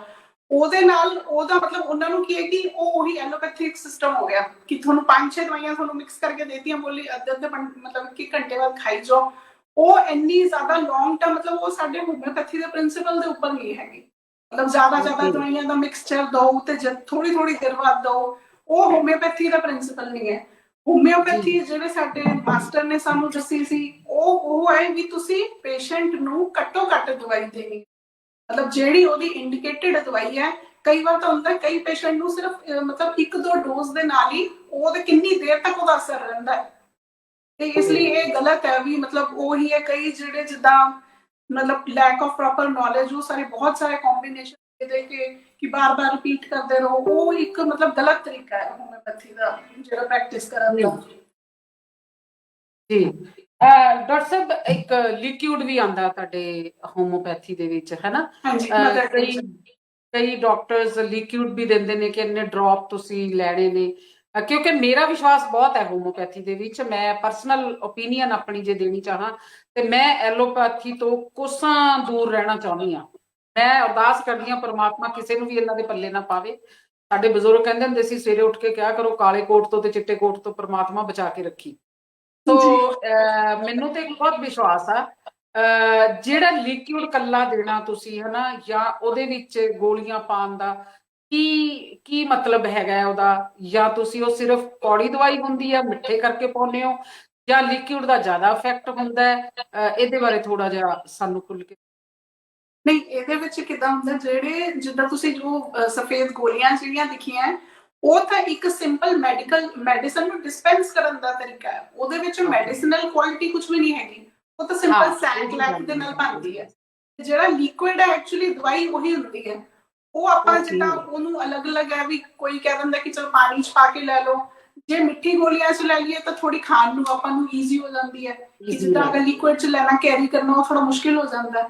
ਤੇ ਉਹ ਗਲੋਬਿਊਲਸ ਦੇ ਵਿੱਚ ਤੁਸੀਂ ਕੈਰੀ ਕਰਕੇ ਤੇ ਬੱਚੇ ਵੀ ਖਾ ਸਕਦੇ ਆ, ਇਨਫੈਕਟ ਸ਼ੌਕ ਨਾਲ ਖਾਂਦੇ ਆ। ਹੋਮਿਓਪੈਥੀ ਦੀ ਦਵਾਈ ਤਾਂ ਬੱਚਿਆਂ ਨੂੰ ਬੜੀ ਚੰਗੀ ਲੱਗਦੀ ਹੈ, ਮਿੱਠੀ ਗੋਲੀਆਂ ਬਹੁਤ ਚੰਗੀ ਲੱਗਦੀ ਹੈ। ਨਹੀਂ, ਮੈਨੂੰ ਵੀ ਬਹੁਤ ਚੰਗੀ ਲੱਗਦੀ ਜੀ, ਕਿਉਂਕਿ ਮੈਨੂੰ ਬਹੁਤ ਵਿਸ਼ਵਾਸ ਹੈ ਹੋਮੋਪੈਥੀ ਦੇ ਉੱਪਰ ਔਰ ਆਯੁਰਵੈਦਿਕ ਦੇ ਉੱਪਰ ਬਹੁਤ ਵਿਸ਼ਵਾਸ ਹੈ। ਉਹ ਗੱਲ ਅਲੱਗ ਹੈ, ਅਸੀਂ ਨਵੇਂ ਜ਼ਮਾਨੇ ਦੇ ਦੌਰ ਵਿੱਚ ਜਾ ਕੇ ਅਸੀਂ ਇੱਕ ਬਿਮਾਰੀ ਨੂੰ ਠੀਕ ਕਰਨ ਲੱਗੇ ਹਜ਼ਾਰਾਂ ਬਿਮਾਰੀਆਂ ਨਾਲ ਲਾ ਲੈਂਦੇ ਹਾਂ। ਜਿੱਦਾਂ ਕਿ ਡਾਕਟਰ ਸਾਹਿਬ, ਜੇ ਐਮਰਜੈਂਸੀ ਏਦਾਂ ਦੀ ਪ੍ਰੋਬਲਮ ਆ ਜਾਵੇ, ਜਿੱਦਾਂ ਖੁਦਾ ਨਾ ਖਾਸਤਾ ਪਰਮਾਤਮਾ ਨਾ ਕਰੇ ਕਿ ਹਾਰਟ ਅਟੈਕ ਆ ਜਾਂਦਾ ਇੱਕਦਮ, ਕੋਲੇ ਕੋਈ ਡਾਕਟਰ ਐਲੋਪੈਥੀ ਜਾਂ ਕੋਈ ਏਦਾਂ ਦਾ ਕੁਝ ਨਹੀਂ ਹੈ, ਸਪੋਜ਼ ਕਰੋ ਤੁਸੀਂ ਨਜ਼ਦੀਕ, ਉਹਦੇ ਵਿੱਚ ਕੀ ਕਰੋਗੇ ਤੁਸੀਂ? ਉਹਦੇ ਵਿੱਚ ਅਸੀਂ ਜਿੱਦਾਂ ਹੋਮਿਓਪੈਥੀ ਦੇ ਵਿੱਚ ਦੋ ਜਿਹੜੇ ਲਾਈਫ ਥ੍ਰੈਟਨਿੰਗ ਸਿਚੁਏਸ਼ਨ ਹੁੰਦੀ ਹੈ, ਉਹਦੇ ਵਿੱਚ ਅਸੀਂ ਕਹਿੰਦੇ ਕਿ ਨਾਰਮਲੀ ਤੁਹਾਨੂੰ ਕਿ ਐਲੋਪੈਥਿਕ ਸਿਸਟਮ ਦੇ ਵਿੱਚ ਹੀ ਜਿਹੜੇ ਇਮੀਡੀਏਟ ਟ੍ਰੀਟਮੈਂਟ ਹੁੰਦਾ ਹੈ ਤੇ ਉੱਥੇ ਤਾਂ ਤੁਹਾਨੂੰ ਜਾਣਾ ਚਾਹੀਦਾ ਹੈ। ਪਰ ਉਸ ਦੌਰਾਨ ਜਿੱਦਾਂ ਰਸਤੇ ਦੇ ਵਿੱਚ ਜਦੋਂ ਤੁਸੀਂ ਡਾਕਟਰ ਕੋਲ ਅਜੇ ਨਹੀਂ ਪਹੁੰਚੇ, ਹਸਪੀਟਲ ਨਹੀਂ ਗਏ, ਤਾਂ ਉਹਦੇ ਵਿੱਚ ਵੀ ਹੋਮਿਓਪੈਥੀ ਦੇ ਵਿੱਚ ਕਈ ਇਹੋ ਜਿਹੀਆਂ ਹੈਗੀਆਂ ਦਵਾਈਆਂ, ਜਿੱਦਾਂ ਸਟ੍ਰੋਕ ਦੇ ਵਿੱਚ ਆਰਨਿਕਾ ਇੱਕ ਮੈਡੀਸਨ ਹੈ, ਉਹ ਕਈ ਵਾਰ ਮਤਲਬ ਬੜਾ ਅੱਛਾ ਉਹ ਰਿਜ਼ਲਟ ਦਿੰਦੀ ਹੈ। ਏਦਾਂ ਹੀ ਹਾਰਟ ਅਟੈਕ ਦੇ ਵਿੱਚ ਵੀ ਕ੍ਰੈਟੇਗਸ ਵਗੈਰਾ, ਕੈਕਟਸ ਵਗੈਰਾ ਬਹੁਤ ਸਾਰੀਆਂ ਦਵਾਈਆਂ ਹੈ ਜਿਹੜੀ ਤੁਸੀਂ ਦੋ ਤਾਂ ਪੇਸ਼ੈਂਟ ਦੀ ਜਾਨ ਬਚ ਸਕਦੀ ਹੈ। ਪਰ ਇਹ ਕਿ ਇਹ ਨਹੀਂ ਕਹਾਂਗੇ ਵੀ ਹਾਂ ਤੁਸੀਂ ਬਸ ਹੋਮਿਓਪੈਥੀ ਦੀ ਦਵਾਈ ਲੈ ਲਈ ਤਾਂ ਤੁਹਾਨੂੰ ਹੁਣ ਹਸਪੀਟਲ ਜਾਣ ਦੀ ਲੋੜ ਨਹੀਂ ਹੈ। ਉਹ ਚੀਜ਼ ਆਪਾਂ ਨਹੀਂ ਕਰ ਸਕਦੇ ਕਿਉਂਕਿ ਉਹ ਇੱਕ ਲਾਈਫ ਥ੍ਰੈਟਨਿੰਗ ਸਿਚੁਏਸ਼ਨ ਹੈ। ਪਰ ਵੈਸੇ ਹੋਮਿਓਪੈਥੀ ਦਾ ਮਤਲਬ ਤਾਂ ਕਾਫੀ ਅੱਛੇ, ਜਿੱਦਾਂ ਸਿੰਪਲ ਐਮਰਜੈਂਸੀ ਵੀ, ਜਿੱਦਾਂ ਤੁਸੀਂ ਕਿਤੋਂ ਬਾਹਰੋਂ ਕਿਤੋਂ ਖਾ ਪੀ ਕੇ ਆ ਗਏ ਤੇ ਤੁਹਾਡਾ ਪੇਟ ਖਰਾਬ ਹੋ ਗਿਆ ਤੇ ਗੈਸਟ੍ਰੋਐਂਟਰਾਈਟਿਸ ਹੋ ਗਿਆ, ਫੂਡ ਪੋਇਜ਼ਨਿੰਗ ਜਿੱਦਾਂ ਹੁੰਦੇ ਉਹਦੇ ਕੇਸਿਸ, ਉਹਦੇ ਵਿੱਚ ਤੁਸੀਂ ਹੋਮਿਓਪੈਥੀ ਦੇ ਵਿੱਚ ਕਾਫੀ ਅੱਛੀ ਦਵਾਈਆਂ ਨੇ ਵੀ ਜਦੋਂ ਤੁਸੀਂ ਉਹ ਜਿੱਦਾਂ ਲੈ ਲਓ ਤਾਂ ਤੁਹਾਨੂੰ ਹਸਪੀਟਲ ਜਾਣ ਦਾ ਵੀ ਉਹ ਡੀਹਾਈਡਰੇਸ਼ਨ ਵਗੈਰਾ ਦੇ ਚਾਂਸਸ ਨਹੀਂ ਹੁੰਦੇ। ਤੇ ਇਸ ਲਈ ਇਹ ਹੈ ਕਿ ਜੇ ਜ਼ਿਆਦਾ ਲਾਈਫ ਥ੍ਰੈਟਨਿੰਗ ਸਿਚੁਏਸ਼ਨ ਹੈ ਤੇ ਆਪਾਂ ਦਵਾਈ ਲੈ ਕੇ ਐ ਨਹੀਂ ਵੀ ਘਰੇ ਬੈਠੇ ਹੋ, ਦਵਾਈ ਲੈ ਲਓ ਤਾਂ ਤੁਹਾਡੀ ਜਾਨ ਉਹ ਹੈ ਕਿ ਬਚ ਸਕਦੀ ਹੈ ਜਿੱਦਾਂ ਹੋਮਿਓਪੈਥੀ ਦੀ ਦਵਾਈ ਲੈ ਕੇ। ਪਰ ਤੁਹਾਨੂੰ ਹੈ ਕਿ ਹਸਪੀਟਲ ਇੱਕ ਵਾਰ ਜ਼ਰੂਰ ਉਹਦੇ 'ਚ ਜਾਣਾ ਚਾਹੀਦਾ। ਜੀ ਡਾਕਟਰ ਸਾਹਿਬ। ਥੈਂਕ ਯੂ ਡਾਕਟਰ ਸਾਹਿਬ, ਕਈ ਵਾਰੀ ਕਿੱਦਾਂ ਦੀ ਪ੍ਰੋਬਲਮ ਆ ਜਾਂਦੀ ਆ ਕਿ ਸਾਡਾ ਐਲੋਪੈਥੀ ਟ੍ਰੀਟਮੈਂਟ ਚੱਲਦਾ ਨਾਲ ਨਾਲ, ਹਨਾ, ਜਿੱਦਾਂ ਬਲੱਡ ਪ੍ਰੈਸ਼ਰ ਦੀ ਮੈਡੀਸਨ ਲਗਾ ਲਓ ਲੈਂਦੇ ਆ, ਤੇ ਜਾਂ ਫਿਰ ਹਾਰਟ ਦੀ ਕੋਈ ਅਸੀਂ ਲੈਂਦੇ ਆ, ਤੇ ਉਸ ਦੇ ਨਾਲ ਨਾਲ ਕੀ ਅਸੀਂ ਹੋਮੋਪੈਥੀ ਲੈ ਸਕਦੇ ਆ? ਇਹ ਦੋਨੋਂ ਪੈਰਲਲ ਚੱਲ ਸਕਦੀਆਂ ਨੇ ਜਾਂ ਕੋਈ ਸਾਨੂੰ ਮੈਡੀਸਨ ਰੱਖਣੀ ਚਾਹੀਦੀ ਹੈ? ਨਹੀਂ, ਦੋਨੋਂ ਨਾਲ ਨਾਲ ਇਹ ਮੈਡੀਸਨ ਚੱਲ ਸਕਦੀ ਹੈ, ਪਰ ਇਹਦੇ ਵਿੱਚ ਹੁੰਦਾ ਕਿ ਦੋਨੋਂ ਪੈਥੀ ਦੀ ਜਿਹੜੀ ਮੈਡੀਸਨ ਹੈ ਉਹਨਾਂ ਦੇ ਵਿੱਚ ਆਪਾਂ ਨੂੰ 1-1 ਘੰਟੇ ਦਾ ਥੋੜਾ ਗੈਪ ਰੱਖਣਾ ਹੈ। ਤੇ ਨਾਰਮਲੀ ਜਿੱਦਾਂ ਮੇਰੇ ਕੋਲ ਵੀ ਪੇਸ਼ੈਂਟ ਆਉਂਦੇ ਆ, ਕੋਈ ਜਿੱਦਾਂ ਐਲੋਪੈਥੀ ਦੀ ਦਵਾਈਆਂ ਕਈ ਸਾਲਾਂ ਤੋਂ ਲੈ ਕੇ ਆਉਂਦੇ ਆ, ਚਾਹੇ ਉਹ ਹਾਈ ਬਲੱਡ ਪ੍ਰੈਸ਼ਰ ਹੋਵੇ, ਡਾਇਬੀਟੀਜ਼ ਹੋਵੇ ਜਾਂ ਥਾਇਰਾਇਡ ਦੀ ਦਿੱਕਤ ਹੋਵੇ, ਤਾਂ ਉਹ ਹੈ ਕਿ ਪੇਸ਼ੈਂਟ ਕਈ 10 ਸਾਲਾਂ ਦੀ ਦਵਾਈ ਖਾ ਕੇ ਫਿਰ ਆਉਂਦੇ ਹੁੰਦੇ ਆ ਹੋਮਿਓਪੈਥੀ ਦੇ, ਤੇ ਉਹ ਦਵਾਈ ਆਪਾਂ ਇੱਕਦਮ ਬੰਦ ਨਹੀਂ ਕਰ ਸਕਦੇ ਜਿੱਦਾਂ, ਕਿਉਂਕਿ ਸਰੀਰ ਨੂੰ 10 ਸਾਲ ਦੇ ਵਿੱਚ ਉਹ ਮੈਡੀਸਨ ਦੀ ਆਦਤ ਹੋਈ ਹੁੰਦੀ ਹੈ। ਤੇ ਜੇ ਆਪਾਂ ਜਦੋਂ ਹੋਮਿਓਪੈਥੀ ਦਿੱਤੀ ਤੇ ਆਪਾਂ ਐਲੋਪੈਥੀ ਨੂੰ ਬੰਦ ਕਰਤਾ, ਤਾਂ ਇੱਕਦਮ ਉਹ ਵਾਇਲੈਂਟ ਜਿਹੜਾ ਰਿਐਕਸ਼ਨ ਹੁੰਦਾ ਬੋਡੀ ਦਾ, ਕਿ ਉਹਨੂੰ ਇੱਕ ਜਿੱਦਾਂ ਕਹਿੰਦੇ ਹੁੰਦੇ ਨਾ ਐਡਿਕਸ਼ਨ ਹੋ ਗਈ, ਉਹ ਐਲੋਪੈਥੀ ਦਵਾਈ ਦੀ ਵੀ ਐਡਿਕਸ਼ਨ ਹੋ ਗਈ। ਤੇ ਮੈਂ ਜਿੱਦਾਂ ਜਿਹੜੇ ਮੇਰੇ ਕੋਲ ਪੇਸ਼ੈਂਟ ਆਉਂਦੇ ਆ, ਉਹਨਾਂ ਨੂੰ ਮੈਂ ਹੌਲੀ ਹੌਲੀ ਉਹਨਾਂ ਦੀ ਜਿਹੜੀ ਐਲੋਪੈਥੀ ਦੀ ਡੋਜ਼ ਹੈ ਉਹ ਘਟ ਜਾਂਦੀ ਹੈ। ਜਿੱਦਾਂ ਬੀਪੀ ਦੀ ਹੈ, ਬੀਪੀ ਮੇਰੇ ਕੋਲ ਪੇਸ਼ੈਂਟ ਆਇਆ, ਉਹਨਾਂ ਨੂੰ ਮੈਂ ਆਪਣੀ ਦਵਾਈ ਸਟਾਰਟ ਕਰਤੀ, ਤੇ ਜਿਹੜੀ ਬੀਪੀ ਦੀ ਹੈ ਹਜੇ ਜਿੱਦਾਂ 1-1.5 ਮਹੀਨਾ ਉਦਾਂ ਹੀ ਖਾਣਗੇ, ਫਿਰ ਹੌਲੀ ਹੌਲੀ ਉਹਨੂੰ ਟੇਪਰ ਕਰ ਦਿੰਦੇ ਆ ਵੀ ਡੋਜ਼ ਘਟਾ ਦੋ, ਜਿੱਦਾਂ 5 ਤੋਂ 2.5 ਹੋ ਗਈ, 2.5 ਤੋਂ ਫਿਰ ਹੋਰ ਘਟਾ ਕੇ ਜਿੱਦਾਂ 1-1 ਦਿਨ ਕਰਕੇ ਜਾਂ ਦਿਨ 'ਚ 1 ਵਾਰ ਲੈ ਲਓ। ਤੇ ਫਿਰ ਹੌਲੀ ਹੌਲੀ ਕੀ ਹੁੰਦਾ ਕਿ ਤੁਹਾਡੀ ਜਿਹੜੀ ਐਲੋਪੈਥੀ ਦਵਾਈ ਹੈ ਉਹ ਬੰਦ ਹੋ ਜਾਂਦੀ ਹੈ। ਤੇ ਕੁਝ ਟਾਈਮ ਬਾਅਦ ਜਦੋਂ ਹੋਮਿਓਪੈਥੀ ਦੀ ਜਿਹੜੀ ਦਵਾਈ ਹੈ ਉਹਨੇ ਜਦੋਂ ਆਪਣਾ ਅਸਰ ਦਿਖਾਤਾ, ਜਦੋਂ ਤੁਹਾਡੇ ਅੰਦਰ ਵਾਈਟਲ ਫੋਰਸ ਦੇ ਵਿੱਚ ਪਾਵਰ ਆ ਗਈ, ਫਿਰ ਤੁਹਾਡੀ ਹੋਮਿਓਪੈਥੀ ਦਵਾਈ ਵੀ ਬੰਦ ਹੋ ਜਾਂਦੀ ਹੈ। ਤੇ ਤੁਸੀਂ ਮਤਲਬ ਸ਼ੁਰੂਆਤ ਦੇ ਵਿੱਚ ਤੁਹਾਨੂੰ ਦੋਨੋਂ ਲੈਣੀਆਂ ਪੈਣਗੀਆਂ, ਤੇ ਹੌਲੀ ਹੌਲੀ ਤੁਹਾਡੀ ਐਲੋਪੈਥी बंद हो जाएगी। जी डॉक्टर साहब, बहुत से लोगों का ये मानना है कि जो होम्योपैथी है इसमें स्टीरॉयड ज्यादा डाले जाते हैं। थोड़ा जा हिंदी टच ले आइए ना, आप यार कर दिए ये बात बिलोंग कर दिया। ये बात तो सर झूठ है।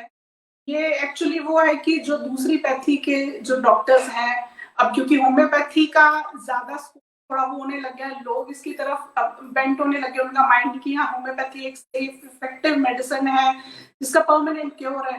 तो जो एलोपैथिक के सिस्टम के जो फिजिशियंस हैं, ये उनका ये है कि उन्होंने ये भ्रम डाल दिया कि हाँ उसमें तो स्टीरॉयड होते हैं तभी तो आप ठीक होते हो, या फिर वो कह लो कि जैसे कई ऐसे पेशेंट की लैक ऑफ नॉलेज है, जैसे उसे एग्जैक्टली पता नहीं तो किसी को असर हो गया तो उसने फैला दिया कि हाँ स्टीरॉयड है। बट अदरवाइज जो होम्योपैथी है ये एक बहुत ही ज्यादा सेफ है, बहुत मतलब इसका आप छोटे बच्चों को भी दे सकते हो, न्यूबॉर्न बेबीज को भी दे सकते हो, और बड़े बूढ़ों को भी, मतलब उतनों उन लोगों को भी दे सकते हो। इसका कोई भी ऐसा साइड इफेक्ट नहीं है बॉडी में। जैसे ये स्टीरॉयड की बात तो बिल्कुल गलत है, स्टीरॉयड तो होम्योपैथी में कभी यूज नहीं। ओके अच्छा डॉक्टर साहब, एक बात आ गई मेरे दिमाग में और कि हमारी बॉडी को स्टीरॉयड चाहिए तो कितना चाहिए, कुछ इसके बारे में बताएंगे? कई लोग एक्सेस स्टीरॉयड ले लेते हैं, एलोपैथी में भी स्टीरॉयड आता है। देखो कुछ ना कुछ स्टीरॉयड तो मेरा ख्याल है हर मेडिसिन में होता है, एलोपैथी में भी होता है स्टीरॉयड, है ना, और आयुर्वेदिक में भी स्टीरॉयड होता है, बहुत से लोग डालते हैं। कुछ ऐसे सामने भी आए केसेस ऐसे कि जिनको पकड़ा गया बाद में ज्यादा स्टीरॉयड देते थे। तो कुछ स्टीरॉयड तो चाहिए बॉडी को, बट कितना चाहिए, और अगर एक्सेस हो जाता है तो उसके क्या क्या साइड इफेक्ट्स हैं? जो स्टीरॉयड है बेसिकली वो क्या करता है, जो हमारा अंदर इम्यून सिस्टम है, यानी कि जो हमारे अंदर जो बीमारियों से लड़ने की जो रोग क्षमता है, उसको जो स्टीरॉयड है वो उसको दबा देता है। मतलब जैसे आप देखो कि सोरियासिस हुआ, एक ऑटो इम्यून प्रॉब्लम हुई, जितनी भी ऑटो इम्यून प्रॉब्लम है उसमें क्या है स्टीरॉयड दे देते हैं। या जैसे किसी को ब्रोंकाइटिस, सीवियर ब्रोंकाइटिस हुआ, उसमें भी वो क्या करते हैं कि उसको दबाने के लिए स्टीरॉयड दे देते हैं। स्टीरॉयड क्या करता है, आपको एकदम से इमीडिएट लगेगा कि हाँ मैं ठीक हो गया, बट उसने क्या किया, आपके इम्यून सिस्टम को दबा दिया, तो जो आपका जैसे प्रॉब्लम है वो एकदम से ठीक होगी। तो ये बॉडी के नीड के ऊपर है। तो इसमें पर एक बात ध्यान रखनी होती है कि जैसे अगर आप स्टीरॉयड कभी ले रहे हो तो उसको एकदम से बंद नहीं करते, जैसे थोड़ा उसको टेपर ऑफ करके, ताकि बॉडी से उसका इफेक्ट धीरे धीरे कम हो जाए। तो ये बॉडी के ऊपर है कि उसकी कैसी क्या प्रॉब्लम है, उसके ऊपर ये स्टीरॉयड मतलब वो प्रिस्क्राइब करते हैं। बट इसका ऐसे इनडिस्क्रिमिनेट यूज नहीं करना चाहिए कि हाँ आप अपने आप आपको पता चल गया, जैसे ये चीज अभी कोरोना टाइम में बहुत हुई थी कि एक पेशेंट, जैसे उस टाइम पे लंग इन्फेक्शन हुआ तो ये मेड्रोल बहुत चला था, लोगों ने ले लेके अपने पास रख लिया था कि मेड्रोल ले लो, एकदम से कहीं निमोनिया हो गया तो फिर मिलेगा नहीं। एंड अपने आप थोड़ा सा लगा कि जैसे एंजाइटी से हुआ कि मुझे सांस नहीं आ रहा, सांस नहीं आ रहा, तो मेड्रोल खा लिया। तो ये बाद में जो ब्लैक फंगस वगैरह चला, ये तभी चला क्योंकि इनडिस्क्रिमिनेट यूज करके आपने स्टीरॉयड खाया और आपकी इम्यूनिटी जो है वो डाउन होगी, और आपने ऐसे ये जो दूसरे जो अपॉर्चुनिस्टिक इन्फेक्शन होती है वो आपको फिर इन्वेट करती है। तो इसलिए स्टीरॉयड नहीं, वैसे मतलब ऐसे इनडिस्क्रिमिनेट यूज उसका नहीं होना चाहिए बिल्कुल भी। डॉक्टर साहब, जैसे आपने अभी किडनी का बोला है ना, तो थायराइड है, लीवर प्रॉब्लम्स है, और भी हमारी बॉडी के अंदर बहुत सारी प्रॉब्लम्स हैं, तो क्या ये जितनी भी बीमारियां हैं जिनका इलाज हम कहते हैं कि एलोपैथी में है, ये सब बीमारियों का इलाज आपकी होम्योपैथी में है? लेकिन अगर मान लो कोई क्रिटिकल केस है, या थायराइड का है या लीवर का है, जैसे कि आजकल आपको पता ही है ये जिसको क्या बोलते हैं वो हाइपेटाइटिस बी, सी, काला पीलिया, ऐसी चीजें, ये सब चीजों का जो इलाज है क्या वो भी होम्योपैथी में है? अगर है तो वो कितना टाइम लेता है, उसके बारे में कुछ बता। इनका ये सब जो आपने अभी कंडीशंस बताए, ये जो क्रॉनिक कंडीशंस है, इसका होम्योपैथी में काफी अच्छा इलाज है। जैसे मेरे पास भी कई पेशेंट्स हैं, कई कैंसर के पेशेंट्स हैं, हाइपरथायरॉयडिज्म, हाइपोथायरॉयडिज्म के हैं, या किडनी फेलियर के पेशेंट भी हैं, तो उनका काफी अच्छा वो होम्योपैथी में है इफेक्ट, बहुत अच्छा मैंने देखा है। एक पेशेंट था मेरे पास, उसकी एक किडनी, जैसे मतलब उसको कैंसर वो था, कैंसर यूरेटर था, तो कैंसर यूरेटर उसका तो सारा एक साइड की किडनी यूरेटर रिमूव हो गई, दूसरी किडनी का उनका, क्योंकि एक ही किडनी पे चल रहे थे एंड पे साथ में कीमो की साथ में उसके भी इफेक्ट्स थे, तो उनका क्रिएटिनिन लेवल काफी ज्यादा बढ़ गया था, अराउंड 4 चला गया था। बट होम्योपैथी से वो अराउंड 3-4 महीने में ही वो 1 की रेंज में आ गया। तो ऐसे कंडीशंस में होम्योपैथी का काफी अच्छा वो है रिजल्ट। बट अगर जैसे आपने पूछा सवाल कि अब कितना टाइम लगता है, वो तो अब सब में एक इंडिविजुअलिटी है कि हमारे अंदर में जो हमारी इम्यून स्ट्रेंथ है वो कैसी है। हर दो जो इंसान है, हर दो इंसान है, उनकी अलग अलग अपनी फीचर्स हैं। तो जैसे कहते हैं ना फिंगरप्रिंट, तो मतलब किसी दो इंसान के सेम नहीं है, तो ऐसी जो इम्यूनिटी है वो भी हर एक की अलग अलग है। तो अगर इम्यून स्ट्रेंथ अलग अलग है तो फिर उसकी मतलब अब वो उसको मतलब लड़ने की क्षमता भी अलग अलग हुई। तो वही है कि किसी इंसान को मतलब 1 महीने में ही ठीक हो गया, किसी की पावर कम है तो उसको थोड़ा टाइम ज्यादा लगा, 6 महीने लग गए ऐसे। तो ये इंसान के ऊपर है इंडिविजुअलिटी, क्योंकि होम्योपैथी में हम जैसे ये इंडिविजुअलिटी के ऊपर ही लेते हैं। जैसे आप देखेंगे कि एक मेडिसिन है उसमें कितने कंडीशंस आते हैं, जैसे बेलाडोना ले लो, उसमें सारे आएंगे, सिर दर्द भी आएगा, गला खराब भी आएगा, बट डिपेंडिंग जो पेशेंट की इंडिविजुअलिटी है उसके ऊपर हम मेडिसिन देते हैं। तो इसलिए हम इंडिविजुअलाइजेशन पे ज्यादा वो स्ट्रेस देते हैं।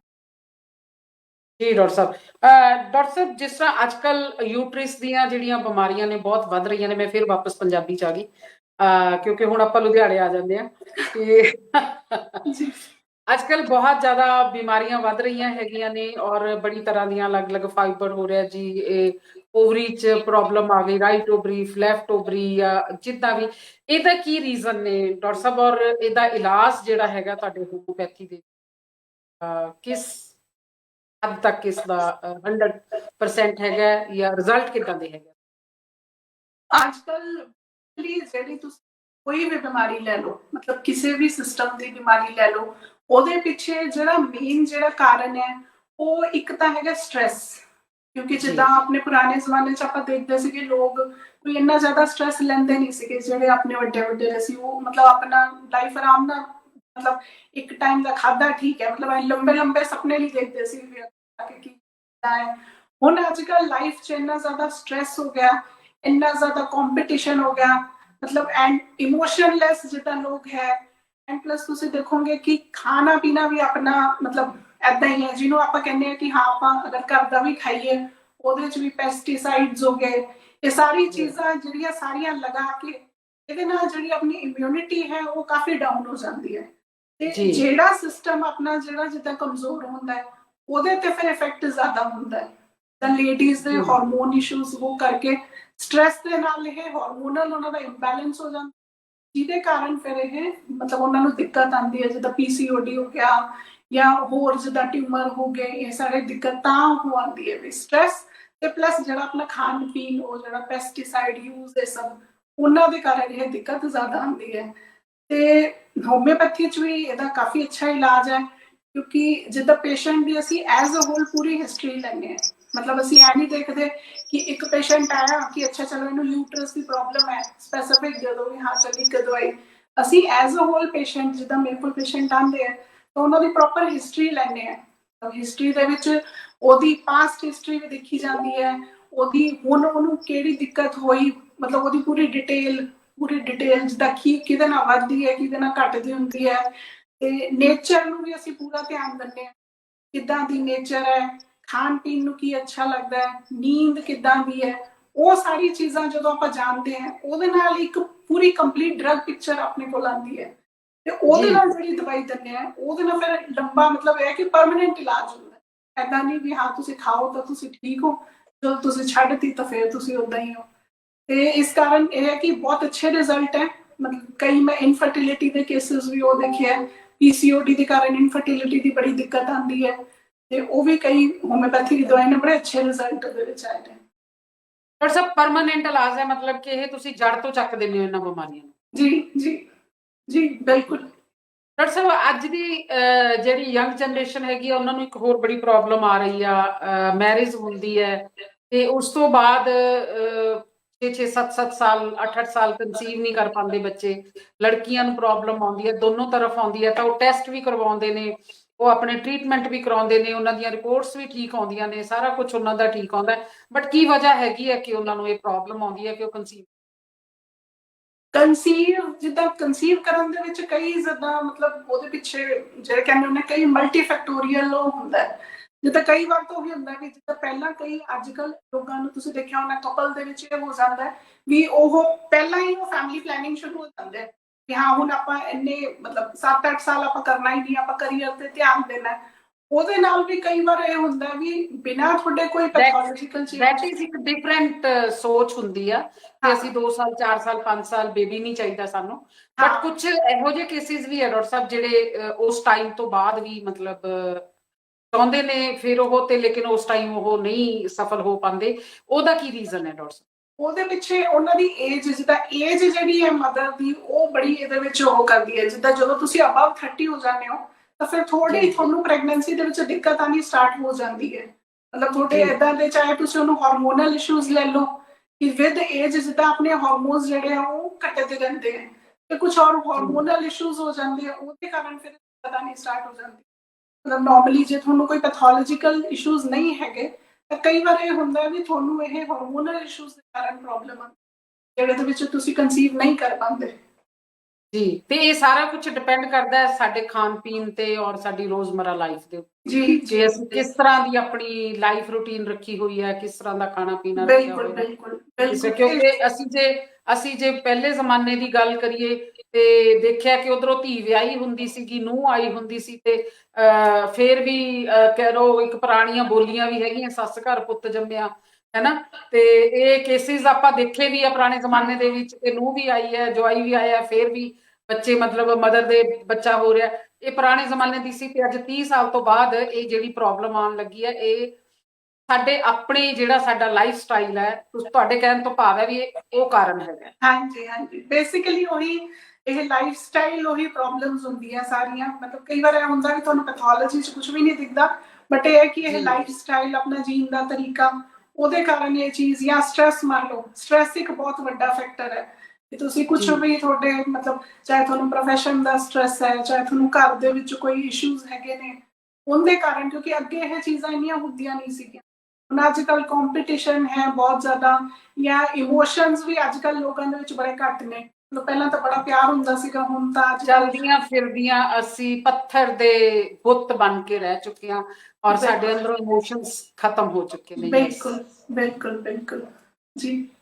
ਡਾਕਟਰ ਸਾਹਿਬ, ਜਿੱਦਾਂ ਹੁਣ ਤੁਸੀਂ ਗੱਲ ਕੀਤੀ ਸਟ੍ਰੈਸ ਦੀ, ਮੈਂ ਆਪਣੇ ਸਰੋਤਿਆਂ ਨੂੰ ਦੱਸਣਾ ਚਾਹੂੰਗੀ ਦੋਸਤੋ, ਡਾਕਟਰ ਸਾਹਿਬ ਉਹਨਾਂ ਦੇ ਸਟ੍ਰੈਸ ਕਹਿਣ ਤੋਂ ਯਾਦ ਆ ਗਿਆ ਤੇ ਡਿਪਰੈਸ਼ਨ ਦੇ ਵੀ ਬੜੇ ਰਿਮੂਵ ਕਰਨ ਦੇ ਮਾਹਰ ਨੇ, ਬੜੇ ਡਿਪਰੈਸ਼ਨ ਨੂੰ ਲੈ ਕੇ ਵੀ ਇਹ ਬੜੀ ਕਾਉਂਸਲਿੰਗ ਤੇ ਬੜੇ ਟ੍ਰੀਟਮੈਂਟ ਦਿੰਦੇ ਨੇ। ਉਹਦੇ ਤੇ ਆਪਾਂ ਗੱਲ ਫੇਰ ਕਿਸੇ ਦਿਨ ਰੱਖਾਂਗੇ। ਅੱਜ ਉਸ ਦਿਨ ਮੈਡਮ ਤੁਹਾਡਾ ਡਾਕਟਰ ਸਾਹਿਬ ਅਸੀਂ ਤੁਹਾਡਾ ਸਪੈਸ਼ਲੀ ਉਹੀ ਇੱਕ ਟੌਪਿਕ ਰੱਖਾਂਗੇ। ਤੇ ਲੇਕਿਨ ਜਿਹੜੀ ਗੱਲ ਤੁਸੀਂ ਸਟ੍ਰੈਸ ਦੀ ਕਹਿ ਰਹੇ ਹੋ ਇਹ ਬਿਲਕੁਲ ਤੁਹਾਡੀ ਵਾਜਬ ਹੈਗੀ ਆ, ਕਿਉਂਕਿ ਪੁਰਾਣੇ ਜ਼ਮਾਨੇ ਦੇ ਵਿੱਚ ਸਾਦਾ ਖਾਣਾ, ਸਾਦਾ ਰਹਿਣਾ, ਬਿਲਕੁਲ ਦੱਸਿਆ ਕੋਈ ਕੰਪੀਟੀਸ਼ਨ ਨਹੀਂ ਸੀਗਾ। ਤੇ ਅੱਜ ਅਸੀਂ ਫੀਲਿੰਗਲੈਸ ਵੀ ਹੋ ਚੁੱਕੇ ਹਾਂ, ਔਰ ਅਸੀਂ ਇਹ ਵੀ ਸੋਚਦੇ ਹਾਂ ਕਿ ਵੀ ਬਾਹਰ ਦਾ ਜ਼ਿਆਦਾ ਖਾਈਏ।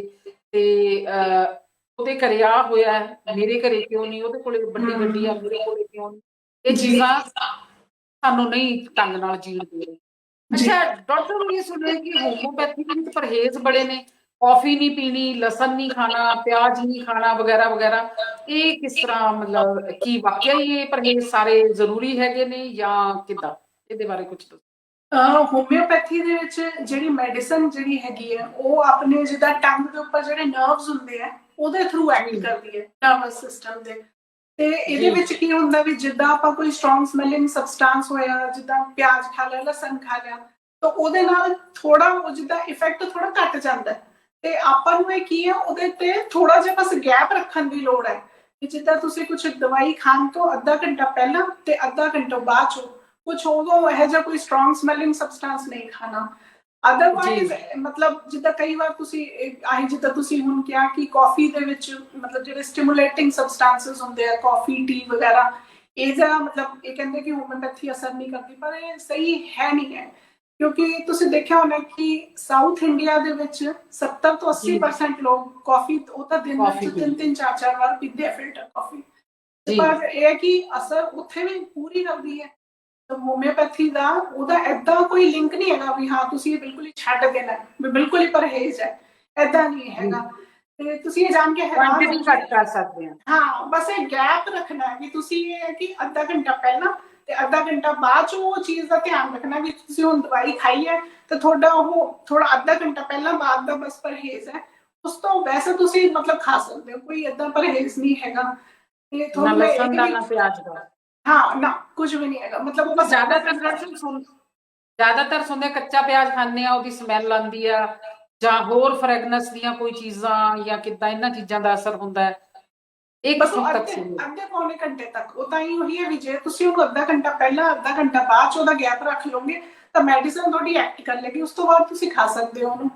ਜਿੱਦਾਂ ਤੁਸੀਂ ਮਤਲਬ ਹੈਰਾਨ ਹੋਗੇ ਕਿ ਹੋਮਿਓਪੈਥੀ ਦੇ ਵਿੱਚ ਜਿੱਦਾਂ ਕਹਿੰਦੇ ਨੇ ਕਾਫੀ ਅਸਰ ਮਤਲਬ ਘੱਟ ਕਰਦੀ ਹੈ, ਪਰ ਹੋਮਿਓਪੈਥੀ ਦੇ ਵਿੱਚ ਕਾਫੀ ਤਾਂ ਵੀ ਦਵਾਈ ਬਣਦੀ ਹੈ। ਕਾਫੀ ਅਕਰੂਡਾ ਇੱਕ ਮੈਡੀਸਨ ਹੈ, ਉਹ ਕਾਫੀ ਤੋਂ ਹੀ ਬਣਦੀ ਹੈ।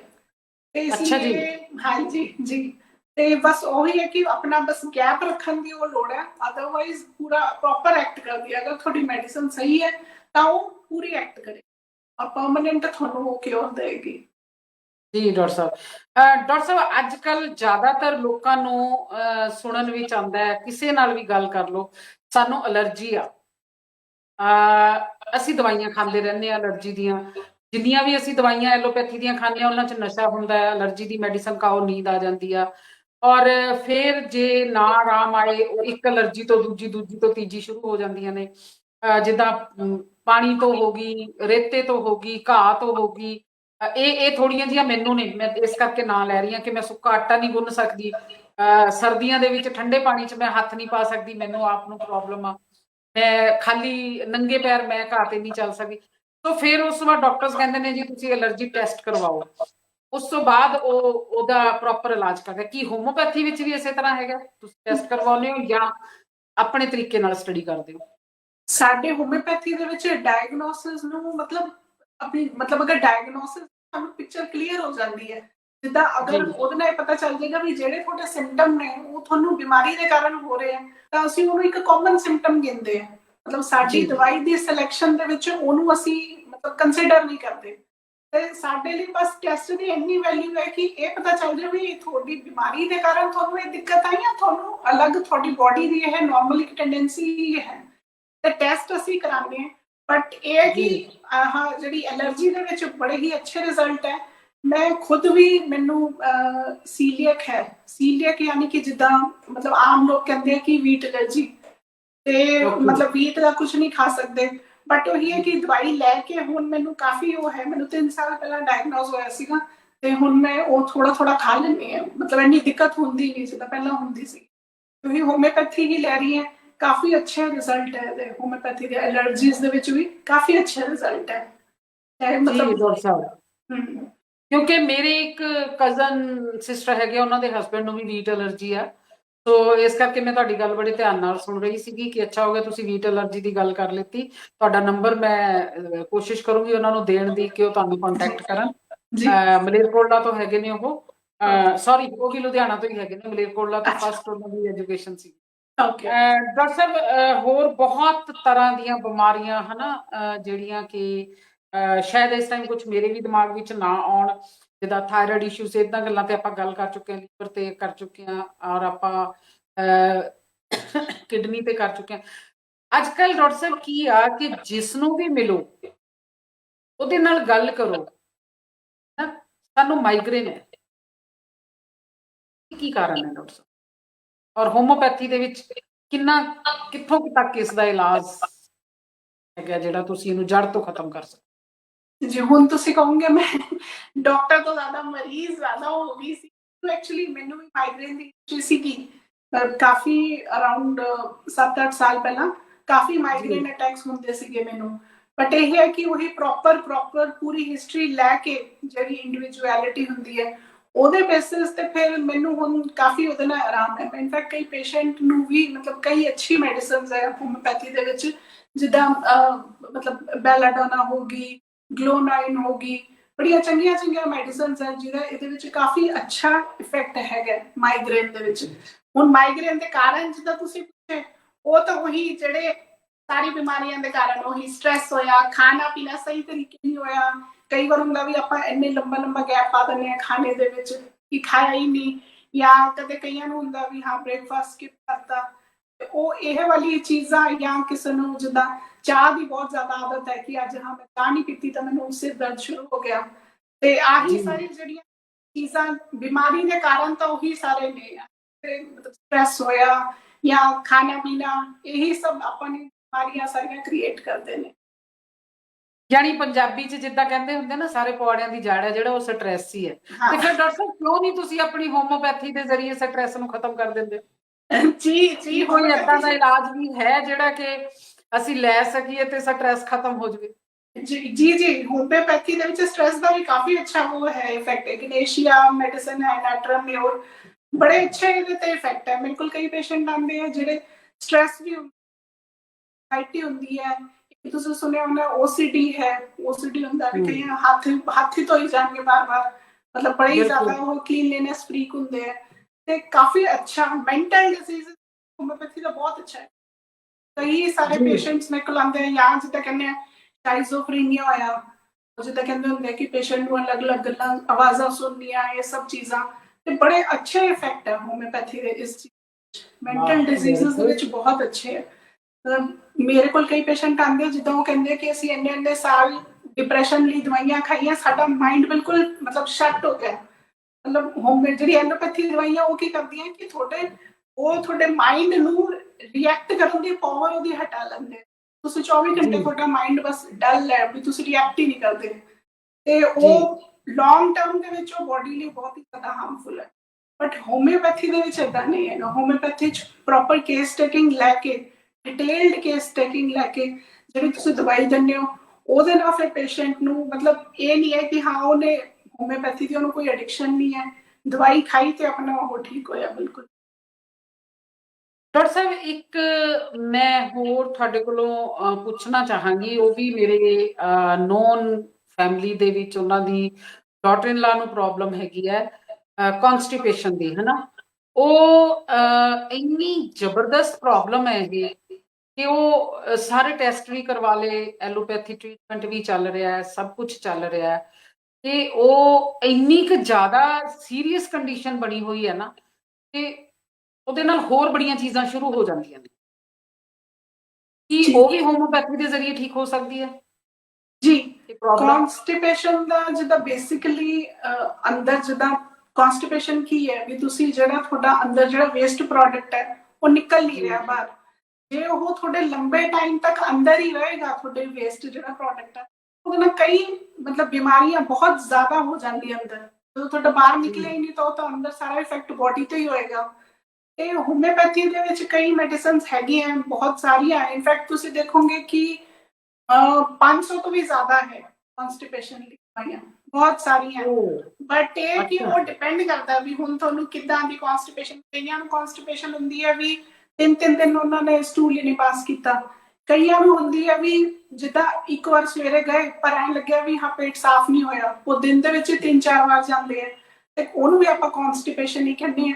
ਤੇ ਇਸ ਲਈ ਕਨਸਟੀਪੇਸ਼ਨ ਦੇ ਅਲੱਗ-ਅਲੱਗ ਉਹ ਹੈ, ਤਾਂ ਤੁਸੀਂ ਕਹੋਗੇ ਕਿ ਕੈਰੈਕਟਰਿਸਟਿਕਸ ਜਿਹੜੇ ਨੇ ਉਹ ਅਲੱਗ-ਅਲੱਗ ਨੇ। ਕਿਸੇ ਨੂੰ ਕਨਸਟੀਪੇਸ਼ਨ ਤੋਂ ਬਾਅਦ ਫਿਰ ਉਹ ਜਿੱਦਾਂ ਪਾਈਲਸ ਦੀ ਪ੍ਰੋਬਲਮ ਬੜੀ ਕਾਮਨ ਹੈ, ਜਦੋਂ ਕਨਸਟੀਪੇਸ਼ਨ ਲੰਬੇ ਸਾਲ ਰਹੀ ਉਹਨੂੰ ਫਿਰ ਪਾਈਲਸ ਦੀ ਦਿੱਕਤ ਵੀ ਹੋ ਜਾਂਦੀ ਹੈ। ਤੇ ਉਹ ਸਿੰਪਟਮ ਸਪੈਸੀਫਿਕ ਦੇ ਉੱਪਰ ਫਿਰ ਜਦੋਂ ਤੁਸੀਂ ਦਵਾਈ ਦਿੰਦੇ ਹੋ ਤਾਂ ਫਿਰ ਉਹ ਠੀਕ ਹੋ ਜਾਂਦਾ। ਕਨਸਟੀਪੇਸ਼ਨ ਵੀ ਪਾਈਲਸ ਵੀ ਕਾਫੀ ਅੱਛੇ ਰਿਜ਼ਲਟ ਨੇ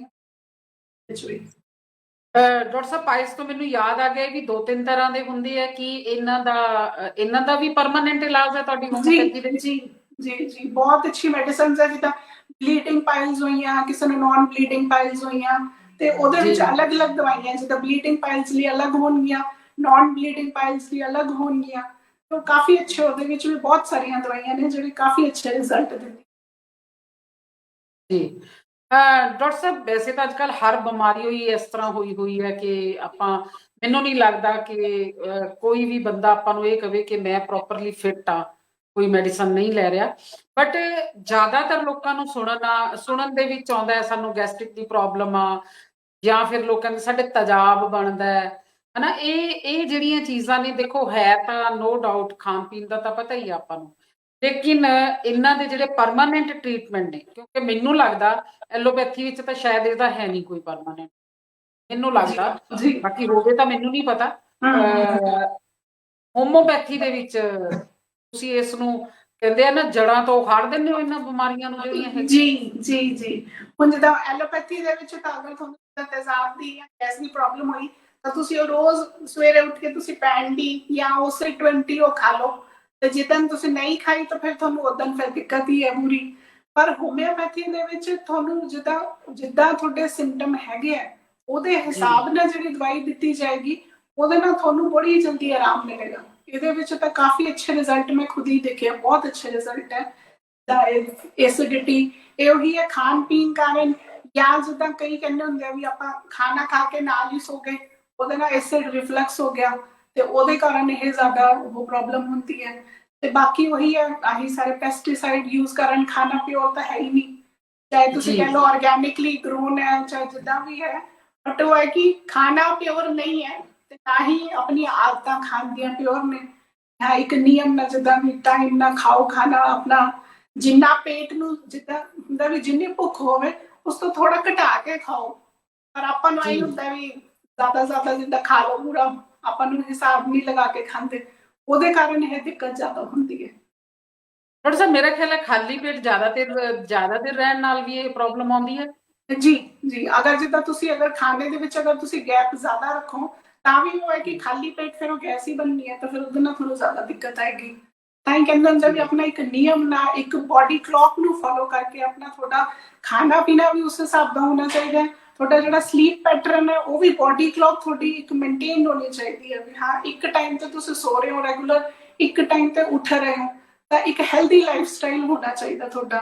ਤੇ ਅੱਜ ਕੱਲ੍ਹ ਉਹੀ ਹੈ, ਸੈਡੈਂਟਰੀ ਲਾਈਫ ਸਟਾਈਲ ਬਹੁਤ ਜ਼ਿਆਦਾ ਹੈ, ਜਿੱਦਾਂ ਆਪਾਂ ਬੈਠੇ ਕੁਛ ਨਹੀਂ, ਬਾਹਰ ਕਿਤੇ ਘੁੰਮਣਾ ਨਹੀਂ, ਫੋਨ ਸਾਰੇ, ਉਹਦੇ ਕਾਰਨ ਇਹ ਦਿੱਕਤਾਂ ਥੋੜੀਆਂ ਹੋਰ ਜ਼ਿਆਦਾ ਆ ਜਾਂਦੀਆਂ ਨੇ।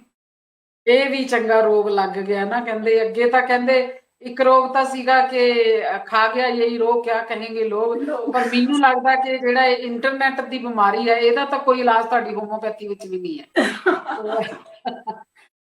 ਅੱਛਾ, ਇਹ ਜਿਹੜੀ ਗੈਸ ਦੀ ਗੱਲ ਕੀਤੀ ਡਾਕਟਰ ਸਾਹਿਬ ਮੈਂ ਕੀਤੀ ਕਿਉਂਕਿ ਆਪਾਂ ਬੜਾ ਮਾਈਨਰ ਜਿਹਾ ਲੈ ਲੈਂਦੇ ਆ ਕਿ ਚਲੋ ਉਹ ਗੈਸ ਬਣੀ ਹੈ, ਕੋਈ ਅਜਵੈਨ ਖਾ ਲਓ, ਫੱਕੀ ਲੈ ਲਓ, ਇਹ ਲੈ ਲਓ, ਉਹ ਲੈ ਲਓ, ਕੋਈ ਮੈਡੀਸਨ ਲੈ ਲਓ। ਬੈਡ ਲੱਕ ਕਿ 3 ਸਾਲ ਪਹਿਲਾਂ ਮੇਰੇ ਬੜੇ ਕਲੋਜ਼ ਫਰੈਂਡ ਨੇ, ਉਹਨਾਂ ਦੇ ਹਸਬੈਂਡ ਦੀ ਡੈਥ ਦਾ ਜਿਹੜਾ ਕਾਰਨ ਸੀ ਐਕਚੁਅਲੀ ਉਹ ਇਹ ਸੀਗੀ, ਉਹਨਾਂ ਨੇ ਖਾਣਾ ਖਾਧਾ, ਉਸ ਖਾਣਾ ਖਾਣ ਤੋਂ ਬਾਅਦ ਉਹਨਾਂ ਨੂੰ ਗੈਸ ਬਣੀ ਤੇ ਬੀਪੀ ਲੋ ਹੋ ਗਿਆ, ਔਰ ਆਈਵੀ ਹਸਪੀਟਲ ਤੱਕ ਜਾਂਦੇ ਜਾਂਦੇ ਉਹ ਖਤਮ ਹੋ ਗਏ। ਉਹਦੇ ਵਿੱਚ ਮੈਂ ਇੰਨਾ ਕੁ ਪੁੱਛਣਾ ਚਾਹੂੰਗੀ ਕਿ ਜਿਸ ਤਰ੍ਹਾਂ ਉਹਨਾਂ ਨੇ ਖਾਣਾ ਖਾਣਾ ਖਾਣ ਤੋਂ ਬਾਅਦ ਉਹਨਾਂ ਨੂੰ ਦਿੱਕਤ ਆਈ, ਇਨੋ ਵਗੈਰਾ ਹੋਰ ਇਹੋ ਜਿਹਾ ਕੁਝ ਉਹਨਾਂ ਨੇ ਜੋ ਘਰ ਦਾ ਉਪਚਾਰ ਸੀਗੇ ਉਹ ਕਰੇ ਉਹਨਾਂ ਨੇ। ਤੇ ਉਸ ਤੋਂ ਬਾਅਦ ਕੀ ਬੀਪੀ ਲੋ ਹੋਣ ਦਾ ਰੀਜ਼ਨ ਇਹ ਗੈਸ ਸੀ, ਇਹੀ ਪ੍ਰੋਬਲਮ ਸੀਗੀ, ਉਹਦੇ ਨਾਲ ਬੀਪੀ ਲੋ ਹੋਇਆ, ਔਰ ਕੀ ਡੈਥ ਬੀਪੀ ਲੋ ਹੋਣ ਨਾਲ ਹੋਈ ਜਾਂ ਕੋਈ ਹੋਰ ਰੀਜ਼ਨ ਵੀ ਹੋ ਸਕਦਾ? ਜੀ ਇਹ ਤਾਂ ਜਿੱਦਾਂ ਤੁਸੀਂ ਐਸਿਡਿਟੀ ਜਾਂ ਗੈਸ ਦਾ, ਜਿੱਦਾਂ ਕਈ ਵਾਰ ਇਹਨੂੰ ਜਦੋਂ ਪੜ੍ਹਾਈ ਕੀਤੀ ਸੀ ਉਹਦੇ ਕਹਿੰਦੇ ਸੀਗੇ ਕਿ ਇਹਦਾ ਡਿਫਰੈਂਸ਼ੀਅਲ ਡਾਇਗਨੋਸਿਸ ਹੁੰਦਾ ਹੈ ਕਿ ਕਈ ਵਾਰ ਦਿੱਕਤ ਏਦਾਂ ਹੁੰਦੀ ਹੈ ਵੀ ਤੁਹਾਨੂੰ ਹੁੰਦੀ ਹਾਰਟ ਦੀ ਹੈ, ਪਰ ਤੁਹਾਨੂੰ ਇਹ ਲੱਗਦਾ ਹੈ ਕਿ ਮੈਨੂੰ ਸ਼ਾਇਦ ਗੈਸ ਹੈ, ਔਰ ਕਈ ਵਾਰ ਉਲਟਾ ਵੀ ਹੁੰਦਾ ਹੈ ਵੀ ਤੁਹਾਨੂੰ ਪ੍ਰੋਬਲਮ ਹੁੰਦੀ ਹੈ ਗੈਸ ਦੀ, ਪਰ ਤੁਸੀਂ ਇੱਕਦਮ ਘਬਰਾ ਕੇ ਚਲੇ ਜਾਂਦੇ ਹੋ ਕਿ ਨਹੀਂ ਹਾਰਟ ਅਟੈਕ। ਤਾਂ ਕਿਉਂਕਿ ਇਹ ਦੋਨਾਂ ਦੇ ਜਿਹੜੇ ਸਿੰਪਟਮ ਨੇ ਉਹ ਆਲਮੋਸਟ ਸੇਮ ਹੀ ਹੈ, ਤੁਹਾਨੂੰ ਦਿੱਕਤ ਸੇਮ ਹੀ ਆਊਗੀ ਕਿ ਹਾਂ ਮਤਲਬ ਚੈਸਟ 'ਚ ਭਾਰੀਪਨ ਹੋ ਗਿਆ, ਥੋੜਾ ਸਾਹ ਆਉਣ 'ਚ ਜਿੱਦਾਂ ਜੇ ਗੈਸ ਵੀ ਹੋਊਗੀ ਹਾਰਟ ਨੂੰ ਪ੍ਰੈਸ ਕਰੇਗੀ ਤਾਂ ਤੁਹਾਨੂੰ ਉਦੋਂ ਵੀ ਥੋੜੀ ਘਬਰਾਹਟ ਜੀ ਹੋਏਗੀ। ਤੇ ਇਹਨਾਂ ਦੋਨਾਂ ਦੇ ਸਿੰਪਟਮ ਇੰਨੇ ਸੇਮ ਹੁੰਦੇ ਆ ਕਿ ਮਤਲਬ ਐਗਜ਼ੈਕਟਲੀ ਤੁਸੀਂ ਕਹਿ ਨਹੀਂ ਸਕਦੇ ਵੀ ਹਾਂ ਤੁਸੀਂ ਹੁਣ ਤੁਹਾਨੂੰ ਗੈਸ ਦੇ ਕਾਰਨ ਹੋਇਆ ਜਾਂ ਤੁਹਾਨੂੰ ਹਾਰਟ ਦੇ ਕਾਰਨ ਹੋਇਆ। ਤੇ ਉਹ ਬੇਸਿਕਲੀ ਹੈ ਕਿ ਅਗਰ ਮਤਲਬ ਉਹਨਾਂ ਨੂੰ ਜਿੱਦਾਂ ਇੰਨੀ ਜ਼ਿਆਦਾ ਦਿੱਕਤ ਹੋਈ ਤਾਂ ਕਿਤੇ ਨਾ ਕਿਤੇ ਉਹ ਹਾਰਟ ਦੀ ਵੀ ਉਹਨਾਂ ਨੂੰ ਕੋਈ ਦਿੱਕਤ ਹੋਏਗੀ। ਮਤਲਬ ਕਈ ਵਾਰ ਜਾਂ ਸਡਨਲੀ ਵੀ ਆ ਸਕਦਾ ਹੈ। ਹਾਂਜੀ ਜੇ ਵੀ ਗੈਸ ਜ਼ਿਆਦਾ, ਉਹਨਾਂ ਨੂੰ ਐਸਿਡਿਟੀ ਇੰਨੀ ਹੋ ਗਈ ਹੋਵੇ ਤੇ ਇੱਕਦਮ ਅਟੈਕ ਆ ਗਿਆ ਹੋਵੇ, ਇਹ ਵੀ ਹੋ ਸਕਦਾ। ਹਾਂ, ਕਿਉਂਕਿ ਗੈਸ ਨੂੰ ਵੀ ਅਗਰ ਤੁਸੀਂ ਇੱਕਦਮ ਹਲਕੇ ਲਾਓ ਤਾਂ ਉਹ ਵੀ ਮਤਲਬ ਸਹੀ ਨਹੀਂ ਹੈ, ਕਿਉਂਕਿ ਉਹ ਗੈਸ ਅੰਦਰ ਪੇਟ 'ਚ ਹੋਣਾ ਵੀ ਮਤਲਬ ਇੱਕ ਬਹੁਤ ਜ਼ਿਆਦਾ ਪੂਰੇ ਸਿਸਟਮ ਨੂੰ ਅਫੈਕਟ ਕਰਦੀ ਹੈ, ਕਿਉਂਕਿ ਜਿਹੜਾ ਆਪਣਾ ਮੇਨ ਡਾਈਜੈਸਟਿਵ ਸਿਸਟਮ ਹੈ ਉਹ ਇੱਕ ਬਹੁਤ ਮੇਨ ਸਿਸਟਮ ਹੈ ਆਪਣੀ ਬੋਡੀ ਦਾ। ਅਗਰ ਆਪਾਂ ਉਹਨਾਂ ਨੂੰ ਮਤਲਬ ਨਾ ਸਹੀ ਤਰੀਕੇ ਨਾਲ ਧਿਆਨ ਰੱਖੀਏ ਤਾਂ ਦੂਜੇ ਸਿਸਟਮ ਤੇ ਵੀ ਪੂਰਾ ਇਫੈਕਟ ਪਾਉਂਦੀ ਹੈ, ਚਾਹੇ ਤੁਸੀਂ ਨਰਵਸ ਸਿਸਟਮ ਲੈ ਲਓ, ਦਿਮਾਗ ਤੇ ਵੀ, ਜਿੱਦਾਂ ਕਈ ਕਹਿੰਦੇ ਹੁੰਦੇ ਮੇਰੇ ਦਿਮਾਗ ਤੇ ਗੈਸ ਚੜ ਗਈ, ਜਾਂ ਜਿੱਦਾਂ ਉਹ ਕਿ ਮੇਰੇ ਹਾਰਟ ਤੇ ਹੈ। ਇਸ ਲਈ ਗੈਸ ਨੂੰ ਇੱਕ ਮਤਲਬ ਆਪਾਂ ਨੂੰ ਏਦਾਂ ਉਹਨੂੰ ਇੱਕ ਛੋਟੀ ਚੀਜ਼ ਸਮਝ ਕੇ ਉੱਤੇ ਅਲਗੈਜੀ ਨਹੀਂ ਕਰਨੀ ਚਾਹੀਦੀ ਵੀ ਇਹ ਨਹੀਂ ਏਦਾਂ ਚਲੋ ਕੁਛ ਨਹੀਂ ਹੁੰਦਾ ਗੈਸ ਹੀ ਹੈ, ਏਦਾਂ ਨਹੀਂ। ਕਿਉਂਕਿ ਕਈ ਵਾਰ ਹੁੰਦਾ ਗੈਸ ਅਗਰ ਜਿੱਦਾਂ ਮਾਈਨਰ ਲੈ ਲੈਂਦੇ ਆਪਾਂ ਕਿ ਚਲੋ ਕੋਈ ਪ੍ਰੋਬਲਮ ਨਹੀਂ, ਹਾਂ ਵੀ ਚਲ ਗੈਸ ਹੀ ਹੈ, ਬਟ ਇਹ ਹੈ ਕਿ ਉਹਦੇ 'ਚ ਅਲਗੈਜੀ ਕਰਨੀ ਨਹੀਂ ਚਾਹੀਦੀ, ਕਿਉਂਕਿ ਕਈ ਵਾਰ ਲੰਬੇ ਟਾਈਮ ਅਗਰ ਤੁਸੀਂ ਉਹ ਦਿੱਕਤ ਕਰਦੇ ਹੋ, ਕਈ ਵਾਰ ਕੈਂਸਰ ਦੇ ਰੂਪ ਜਾਂ ਅੰਦਰ ਉਹ ਆਂਤੜਾਂ ਨੂੰ ਅਗਰ ਬਾਰ-ਬਾਰ ਉਹ ਕਰੇਗੀ, ਇਰੀਟੇਟ ਕਰੇਗੀ, ਤਾਂ ਇਹ ਮਤਲਬ ਵੱਡੀ ਦਿੱਕਤ 'ਚ ਵੀ ਵੱਧ ਸਕਦੀ ਹੈ। ਜੀ ਇੱਕ ਚੀਜ਼ ਡਾਕਟਰ ਸਾਹਿਬ ਮੇਰੇ ਹੋਰ ਦਿਮਾਗ ਵਿੱਚ ਆਈ ਆ, ਅੱਜ ਕੱਲ ਕਾਫੀ ਮੈਨੂੰ ਦੇਖਣ ਨੂੰ ਮਿਲਦਾ ਹੈ ਨਾ, ਜਾਂ ਇਹ ਕਹਿ ਲਓ ਕੁਝ ਐਸੀ ਹੀ ਫੈਮਲੀਜ਼ ਨਾਲ ਮੇਰਾ ਵਾਹ ਪਿਆ, ਜਿਹੜੇ ਬੱਚੇ ਬਾਏ ਬਰਥ ਡਿਸੇਬਲ ਹੁੰਦੇ ਨੇ ਹਨਾ, ਉਹਦੇ ਕੀ ਰੀਜ਼ਨ ਨੇ ਡਾਕਟਰ ਸਾਹਿਬ, ਜਾਂ ਉਹਨਾਂ ਦਾ ਕੋਈ ਹੋਮੋਪੈਥੀ ਦੇ ਵਿੱਚ ਟ੍ਰੀਟਮੈਂਟ ਹੈਗਾ? ਕਈ ਬੱਚੇ ਹੁੰਦੇ ਨੇ ਉਹਨਾਂ ਦੀ ਨਿਗਾਹ ਠੀਕ ਹੁੰਦੀ ਆ, ਬਾਕੀ ਜਿਹੜੇ ਬੋਡੀ ਪਾਰਟਸ ਆ ਉਹਨਾਂ ਦੇ ਉਹ ਜਿਹੜੇ ਹੈਗੇ ਆ ਚੱਲਦੇ ਆ ਫਿਰਦੇ ਆ, ਬਟ ਉਹ ਆਪਣਾ ਕੰਮ ਆਪ ਨਹੀਂ ਕਰਦੇ। ਇੱਕ ਹੁੰਦੇ ਆ ਜਿਹੜੇ ਥੋੜਾ ਬਹੁਤ ਕੰਮ ਕਰ ਸਕਦੇ ਆ, ਪਰ ਆਪਣੀ ਏਜ ਨਾਲੋਂ ਅਗਰ 10 ਸਾਲ ਦੀ ਉਮਰ ਹੈਗੀ ਆ ਤੇ 5 ਸਾਲ ਦੇ ਬੱਚੇ ਜਿੰਨਾ ਬ੍ਰੇਨ ਕੰਮ ਕਰਦਾ, ਇਸ ਤਰ੍ਹਾਂ ਦੀਆਂ ਜਿਹੜੀਆਂ ਪ੍ਰੋਬਲਮਸ ਨੇ, ਕੀ ਇਹਨਾਂ ਦਾ ਵੀ ਟ੍ਰੀਟਮੈਂਟ ਤੁਹਾਡੀ ਹੋਮੋਪੈਥੀ ਦੇ ਵਿੱਚ ਕੋਈ ਹੈ ਪਰਮਾਨੈਂਟ? ਇਹ ਵਾਲੇ ਕੇਸ ਦੇ ਵਿੱਚ ਜਿੱਦਾਂ ਕਈ ਏਦਾਂ ਦੇ ਤੁਸੀਂ ਦੇਖਿਆ ਹੁੰਦੇ ਆ ਵੀ ਕਈ ਬੱਚੇ ਜਿੱਦਾਂ ਡਿਲੇਡ ਮਾਈਲਸਟੋਨ ਹੁੰਦੇ ਉਹਨਾਂ ਦੇ, ਵੀ ਕਈ ਬੱਚੇ ਜਿੱਦਾਂ ਦੇਰ ਨਾਲ ਬੋਲਣ ਲੱਗਦੇ ਆ ਜਾਂ ਕਈ ਦੇਰ ਨਾਲ ਚੱਲਣ ਲੱਗਦੇ ਆ, ਕਿਸੇ ਦੇ ਦੇਰ ਨਾਲ ਦੰਦ ਆਉਂਦੇ ਆ, ਉਹ ਵਾਲੇ ਕੇਸਿਸ ਦੇ ਵਿੱਚ ਹੋਮਿਓਪੈਥੀ ਦਾ ਕਾਫੀ ਅੱਛਾ ਇਫੈਕਟ ਹੈ। ਬਟ ਜਿੱਦਾਂ ਤੁਸੀਂ ਕਿਹਾ ਕਿ ਕਈ ਏਦਾਂ ਹੁੰਦੇ ਆ ਜਿਹਦੇ ਵਿੱਚ ਕ੍ਰੋਮੋਸੋਮਲ ਐਬਨੋਰਮੈਲਿਟੀ ਹੋਵੇ, ਜਿੱਦਾਂ ਕਈਆਂ ਡਾਊਨ ਸਿੰਡਰੋਮ ਹੋਇਆ, ਉਹਦੇ ਵਿੱਚ ਥੋੜਾ ਜੈਨੇਟਿਕ ਉਹ ਮਤਲਬ ਇਫੈਕਟ ਹੈ, ਜੈਨੇਟਿਕ ਪ੍ਰੋਬਲਮ ਹੈ। ਉਹਦੇ ਵਿੱਚ ਇਹ ਹੈ ਕਿ ਪਰਮਾਨੈਂਟ ਇਲਾਜ ਥੋੜਾ ਹੋਮਿਓਪੈਥੀ ਦੇ ਵਿੱਚ ਮੁਸ਼ਕਿਲ ਹੈ, ਬਟ ਇਹ ਹੈ ਕਿ ਤੁਸੀਂ ਉਹਨੂੰ ਸਿੰਪਟੋਮੈਟਿਕਲੀ ਪੇਸ਼ੈਂਟ ਨੂੰ ਉਹ ਮਤਲਬ ਹੈਲਪ ਕਰ ਸਕਦੇ ਹੋ, ਹੋਮਿਓਪੈਥੀ ਦਾ ਉਹ ਹੈ ਉਹਦੇ 'ਚ। ਬਟ ਕ੍ਰੋਮੋਸੋਮਲ ਐਬਨੋਰਮੈਲਿਟੀ 'ਚ ਥੋੜਾ ਹੀ ਹੈ ਕਿ ਹਲੇ ਇੰਨੀ ਐਡਵਾਂਸਮੈਂਟ ਹੋਈ ਨਹੀਂ, ਐਲੋਪੈਥੀ ਦੇ ਵਿੱਚ ਵੀ ਹਜੇ ਇੰਨਾ ਖਾਸ ਉਹ ਨਹੀਂ ਹੈਗਾ, ਤੇ ਹੋਮਿਓਪੈਥੀ ਦੇ ਵਿੱਚ ਵੀ ਹਜੇ ਮਤਲਬ ਕ੍ਰੋਮੋਸੋਮਲ ਐਬਨੋਰਮੈਲਿਟੀ 'ਚ ਥੋੜੀ ਇਹ ਲਿਮਿਟੇਸ਼ਨ ਹੈਗੀ ਹੈ ਹੋਮਿਓਪੈਥੀ, ਕਿ ਉਹਦੇ 'ਚ ਇਹ ਨਹੀਂ ਕਿ ਤੁਸੀਂ ਐਕਸਪੈਕਟ ਕਰੋ ਕਿ ਹਾਂ ਬਿਲਕੁਲ ਉਹ ਠੀਕ ਹੋ ਜਾਏਗਾ, ਉਹ ਥੋੜਾ ਮੁਸ਼ਕਿਲ ਹੈ ਕ੍ਰੋਮੋਸੋਮਲ ਐਬਨੋਰਮੈਲਿਟੀਜ਼ 'ਚ ਸਪੈਸੀਫਿਕਲੀ। ਬਟ ਅਦਰਵਾਈਜ਼ ਜਿੱਦਾਂ ਡਿਲੇਡ ਮਾਈਲਸਟੋਨ ਦੇ ਵਿੱਚ ਕਾਫੀ ਅੱਛੇ ਰਿਜ਼ਲਟ ਹੈ। ਐਲਕੇਰੀਆ ਕਾਬ ਵਗੈਰਾ ਸਾਡੀ ਕਾਫੀ ਅੱਛੀ ਮੈਡੀਸਨ ਹੈ, ਪੈਰਾਈਟਾ ਕਾਬ ਹੋਈ, ਜਾਂ ਜਿੱਦਾਂ ਕਈ ਬੱਚੇ ਮਤਲਬ ਕਹਿੰਦੇ ਹੁੰਦੇ ਵੀ ਹਾਂ ਉਹਨਾਂ ਦਾ ਦਿਮਾਗ ਥੋੜਾ ਘੱਟ ਹੈ ਜਾਂ ਜਿੱਦਾਂ ਜਲਦੀ ਯਾਦ ਨਹੀਂ ਕਰ ਸਕਦੇ, ਮੈਮਰੀ ਨਹੀਂ ਹੈਗੀ, ਉਹਦੇ ਵਿੱਚ ਬਹੁਤ ਅੱਛੇ ਇਫੈਕਟ ਹੈ ਹੋਮਿਓਪੈਥੀ। ਡਾਕਟਰ ਸਾਹਿਬ ਇਹ ਵੀ ਕੀ ਰੀਜ਼ਨ ਹੁੰਦਾ ਹੈ ਕਿ ਬੱਚਾ ਵੈਸੇ ਬਹੁਤ ਇੰਟੈਲੀਜੈਂਟ ਹੈ ਔਰ ਅਵੇਅਰ ਵੀ ਹੈ, ਇੰਟੈਲੀਜੈਂਟ ਵੀ ਹੈ, ਜੀਕੇ ਵੀ ਅੱਛੀ ਹੈ, ਉਹਦੀ ਜਨਰਲ ਨੌਲੇਜ ਵੀ ਅੱਛੀ ਹੈ, ਸਾਰਾ ਕੁਝ ਅੱਛਾ ਹੈਗਾ, ਪਰ ਜਦੋਂ ਉਹ ਐਗਜ਼ਾਮੀਨੇਸ਼ਨ ਹਾਲ 'ਚ ਜਾਂਦਾ ਹੈ ਉਸ ਟਾਈਮ ਉਹ ਬਿਲਕੁਲ ਜ਼ੀਰੋ ਹੋ ਜਾਂਦਾ, ਡਲ ਹੋ ਜਾਂਦਾ। ਇਹਦਾ ਵੀ ਕੀ ਰੀਜ਼ਨ ਹੈ ਔਰ ਇਹਦਾ ਵੀ ਕੋਈ ਟ੍ਰੀਟਮੈਂਟ ਤੁਹਾਡੀ ਹੋਮੋਪੈਥੀ ਵਿੱਚ? ਜੀ ਜੀ, ਇਹਦਾ ਕੀ ਹੈ, ਐਕਚੁਅਲੀ ਕਈ ਵਾਰ ਹੁੰਦਾ ਕਿ ਜਿਹੜਾ ਬੱਚਾ ਹੈ ਉਹ ਨਰਵਸ ਹੋ ਜਾਂਦਾ ਹੈ, ਉਹਨੂੰ ਇਹ ਐਂਟੀਸਿਪੇਟਰੀ ਐਂਜ਼ਾਇਟੀ ਇਹਨੂੰ ਕਹਿੰਦੇ ਆ ਵੀ ਹਾਂ ਪਹਿਲਾਂ ਜਦੋਂ ਉਹਨੇ ਸਾਰਾ ਯਾਦ ਤਾਂ ਸਭ ਕੁਝ ਕਰ ਲਿਆ, ਪਰ ਜਿੱਦਾਂ ਹੀ ਕੁਐਸਚਨ ਪੇਪਰ ਦੇਖਿਆ ਤਾਂ ਸਭ ਕੁਝ ਭੁੱਲ ਗਿਆ। ਉਹ ਐਂਜ਼ਾਇਟੀ ਦਾ ਇੱਕ ਫਾਰਮ ਹੈ ਜਿਹਨੂੰ ਕਹਿੰਦੇ ਆ ਐਂਟੀਸਿਪੇਟਰੀ ਐਂਜ਼ਾਇਟੀ। ਇਹਦਾ ਹੋਮਿਓਪੈਥੀ ਦੇ ਵਿੱਚ ਕਾਫੀ ਅੱਛਾ ਰਿਜ਼ਲਟ ਹੈ, ਬਹੁਤ ਅੱਛੀ ਸਾਡੀ ਮੈਡੀਸਨ है, आर्जेंटम नाइट्रिकम है और कालीफॉस वगैरह है, काफी अच्छे हैं, मतलब बड़े अच्छे रिजल्ट है इस चीज के ਵਿੱਚ बहुत अच्छा है ਜੀ। ਡਾਕਟਰ ਸਾਹਿਬ, ਮੇਰਾ ਖਿਆਲ ਹੈ ਅਸੀਂ ਹਰ ਸਬਜੈਕਟ ਤੇ ਗੱਲ ਕਰ ਲਿੱਤੀ ਹੈ ਤੇ ਹੁਣ ਆਪਾਂ ਸਕਿਨ ਔਰ ਹੇਅਰ ਤੇ ਵੀ ਆ ਜਾਈਏ। ਜਿਸ ਤਰ੍ਹਾਂ ਸਕਿਨ ਪ੍ਰੋਬਲਮਸ ਅੱਜ ਕੱਲ੍ਹ ਲੋਕਾਂ ਨੂੰ ਬੜੀਆਂ ਵੱਧ ਰਹੀਆਂ ਨੇ, ਹਨਾ, ਬਹੁਤ ਜ਼ਿਆਦਾ ਵੱਧ ਰਹੀ ਆ, ਔਰ ਹੇਅਰ ਫਾਲਿੰਗ ਬੜੀ ਵੱਧ ਰਹੀ ਆ, ਔਰ ਸਿਰ ਦੇ ਵਿੱਚ ਸਿੱਕਰੀ, ਇਹ ਉਹ ਹੋਰ ਕਈ ਤਰ੍ਹਾਂ ਦੀਆਂ ਪ੍ਰੋਬਲਮਸ ਲੋਕਾਂ ਨੂੰ ਵੱਧ ਰਹੀਆਂ ਨੇ, ਪੈਚਿਸ ਬਣ ਕੇ ਵਾਲਾਂ ਦਾ ਨਿਕਲਣਾ, ਹਨਾ, ਕਈ ਲੋਕਾਂ ਦੇ ਆਪਾਂ ਦੇਖਦੇ ਪੈਚ ਬਣ ਜਾਂਦੇ ਨੇ ਛੋਟੇ ਛੋਟੇ ਗੋਲ ਗੋਲ, ਉਹਨੇ ਏਰੀਏ ਚੋਂ ਵਾਲ ਉਤਰ ਜਾਂਦੇ। ਇਹਦੇ ਉੱਤੇ ਡਾਕਟਰ ਸਾਹਿਬ ਤੁਸੀਂ ਕੀ ਕਹਿਣਾ ਚਾਹੋਗੇ ਔਰ ਕੀ ਟ੍ਰੀਟਮੈਂਟ ਹੈ ਤੁਹਾਡੇ ਹੋਮੋਪੈਥੀ? ਜੀ, ਬਾਲਨੈਸ ਜਿੱਦਾਂ ਹੇਅਰ ਫਾਲ ਤੇ ਜਿਹੜਾ ਤੁਸੀਂ ਮੈਂਸ਼ਨ ਕੀਤਾ ਬਾਲਨੈਸ, ਉਹ ਦੋਨੋਂ ਇੱਕ ਮਤਲਬ ਦੋਨੋਂ ਡਿਫਰੈਂਟ ਨੇ।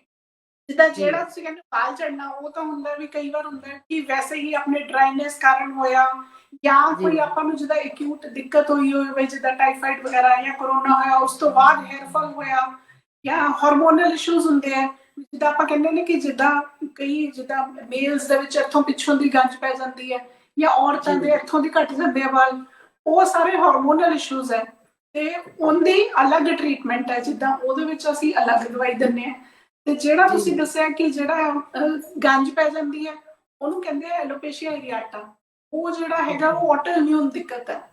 ਉਹਦੇ ਵਿੱਚ ਕੀ ਹੁੰਦਾ ਵੀ ਜਿਹੜੀ ਆਪਣੇ ਬਾਡੀ ਦੀ ਇਮਿਊਨ ਸਿਸਟਮ ਹੈ, ਉਹ ਆਪਣੀ ਮਤਲਬ ਆਪਣੀ ਬਾਡੀ ਦੇ ਜਿਹੜੇ ਸੈੱਲ ਨੇ, ਉਹ ਜਿਹੜੇ ਸਿਰਾਂ ਦੇ ਜਿਹੜੇ ਸੈੱਲ ਨੇ, ਹੇਅਰ ਫੋਲੀਕਲ ਨੇ, ਉਹਨਾਂ ਨੂੰ ਖਾਣਾ ਸ਼ੁਰੂ ਕਰ ਦਿੰਦੇ ਆ, ਤੇ ਉਹ ਆਟੋ ਇਮਿਊਨ ਕੰਡੀਸ਼ਨ ਹੈ। ਉਹਦੇ ਵਿੱਚ ਜਿਹੜੀ ਲਾਈਨ ਆਫ ਟ੍ਰੀਟਮੈਂਟ ਹੈ ਉਹ ਮਤਲਬ ਦੂਸਰੇ ਟਾਈਪ ਦੀ ਹੈ, ਪਰ ਇਹ ਕਿ ਇਫੈਕਟ ਦੋਨਾਂ ਦੇ ਵਿੱਚ ਹੀ ਕਾਫੀ ਅੱਛੇ ਹੈ। ਹੋਮਿਓਪੈਥੀ ਦੇ ਵਿੱਚ ਸਕਿਨ ਤੇ ਹੇਅਰ ਦੇ ਵੀ ਕਾਫੀ ਅੱਛੇ ਇਫੈਕਟਸ ਨੇ, ਬਹੁਤ ਤੁਹਾਨੂੰ ਥੋੜੇ ਟਾਈਮ ਤੁਸੀਂ ਖਾਓ ਤੇ ਫਿਰ ਉਹ ਤੁਹਾਡੇ ਬੜੀ ਜਲਦੀ ਉਹਨੂੰ ਆਰਾਮ ਲੱਗਦਾ ਉਹਦੇ ਵਿੱਚ।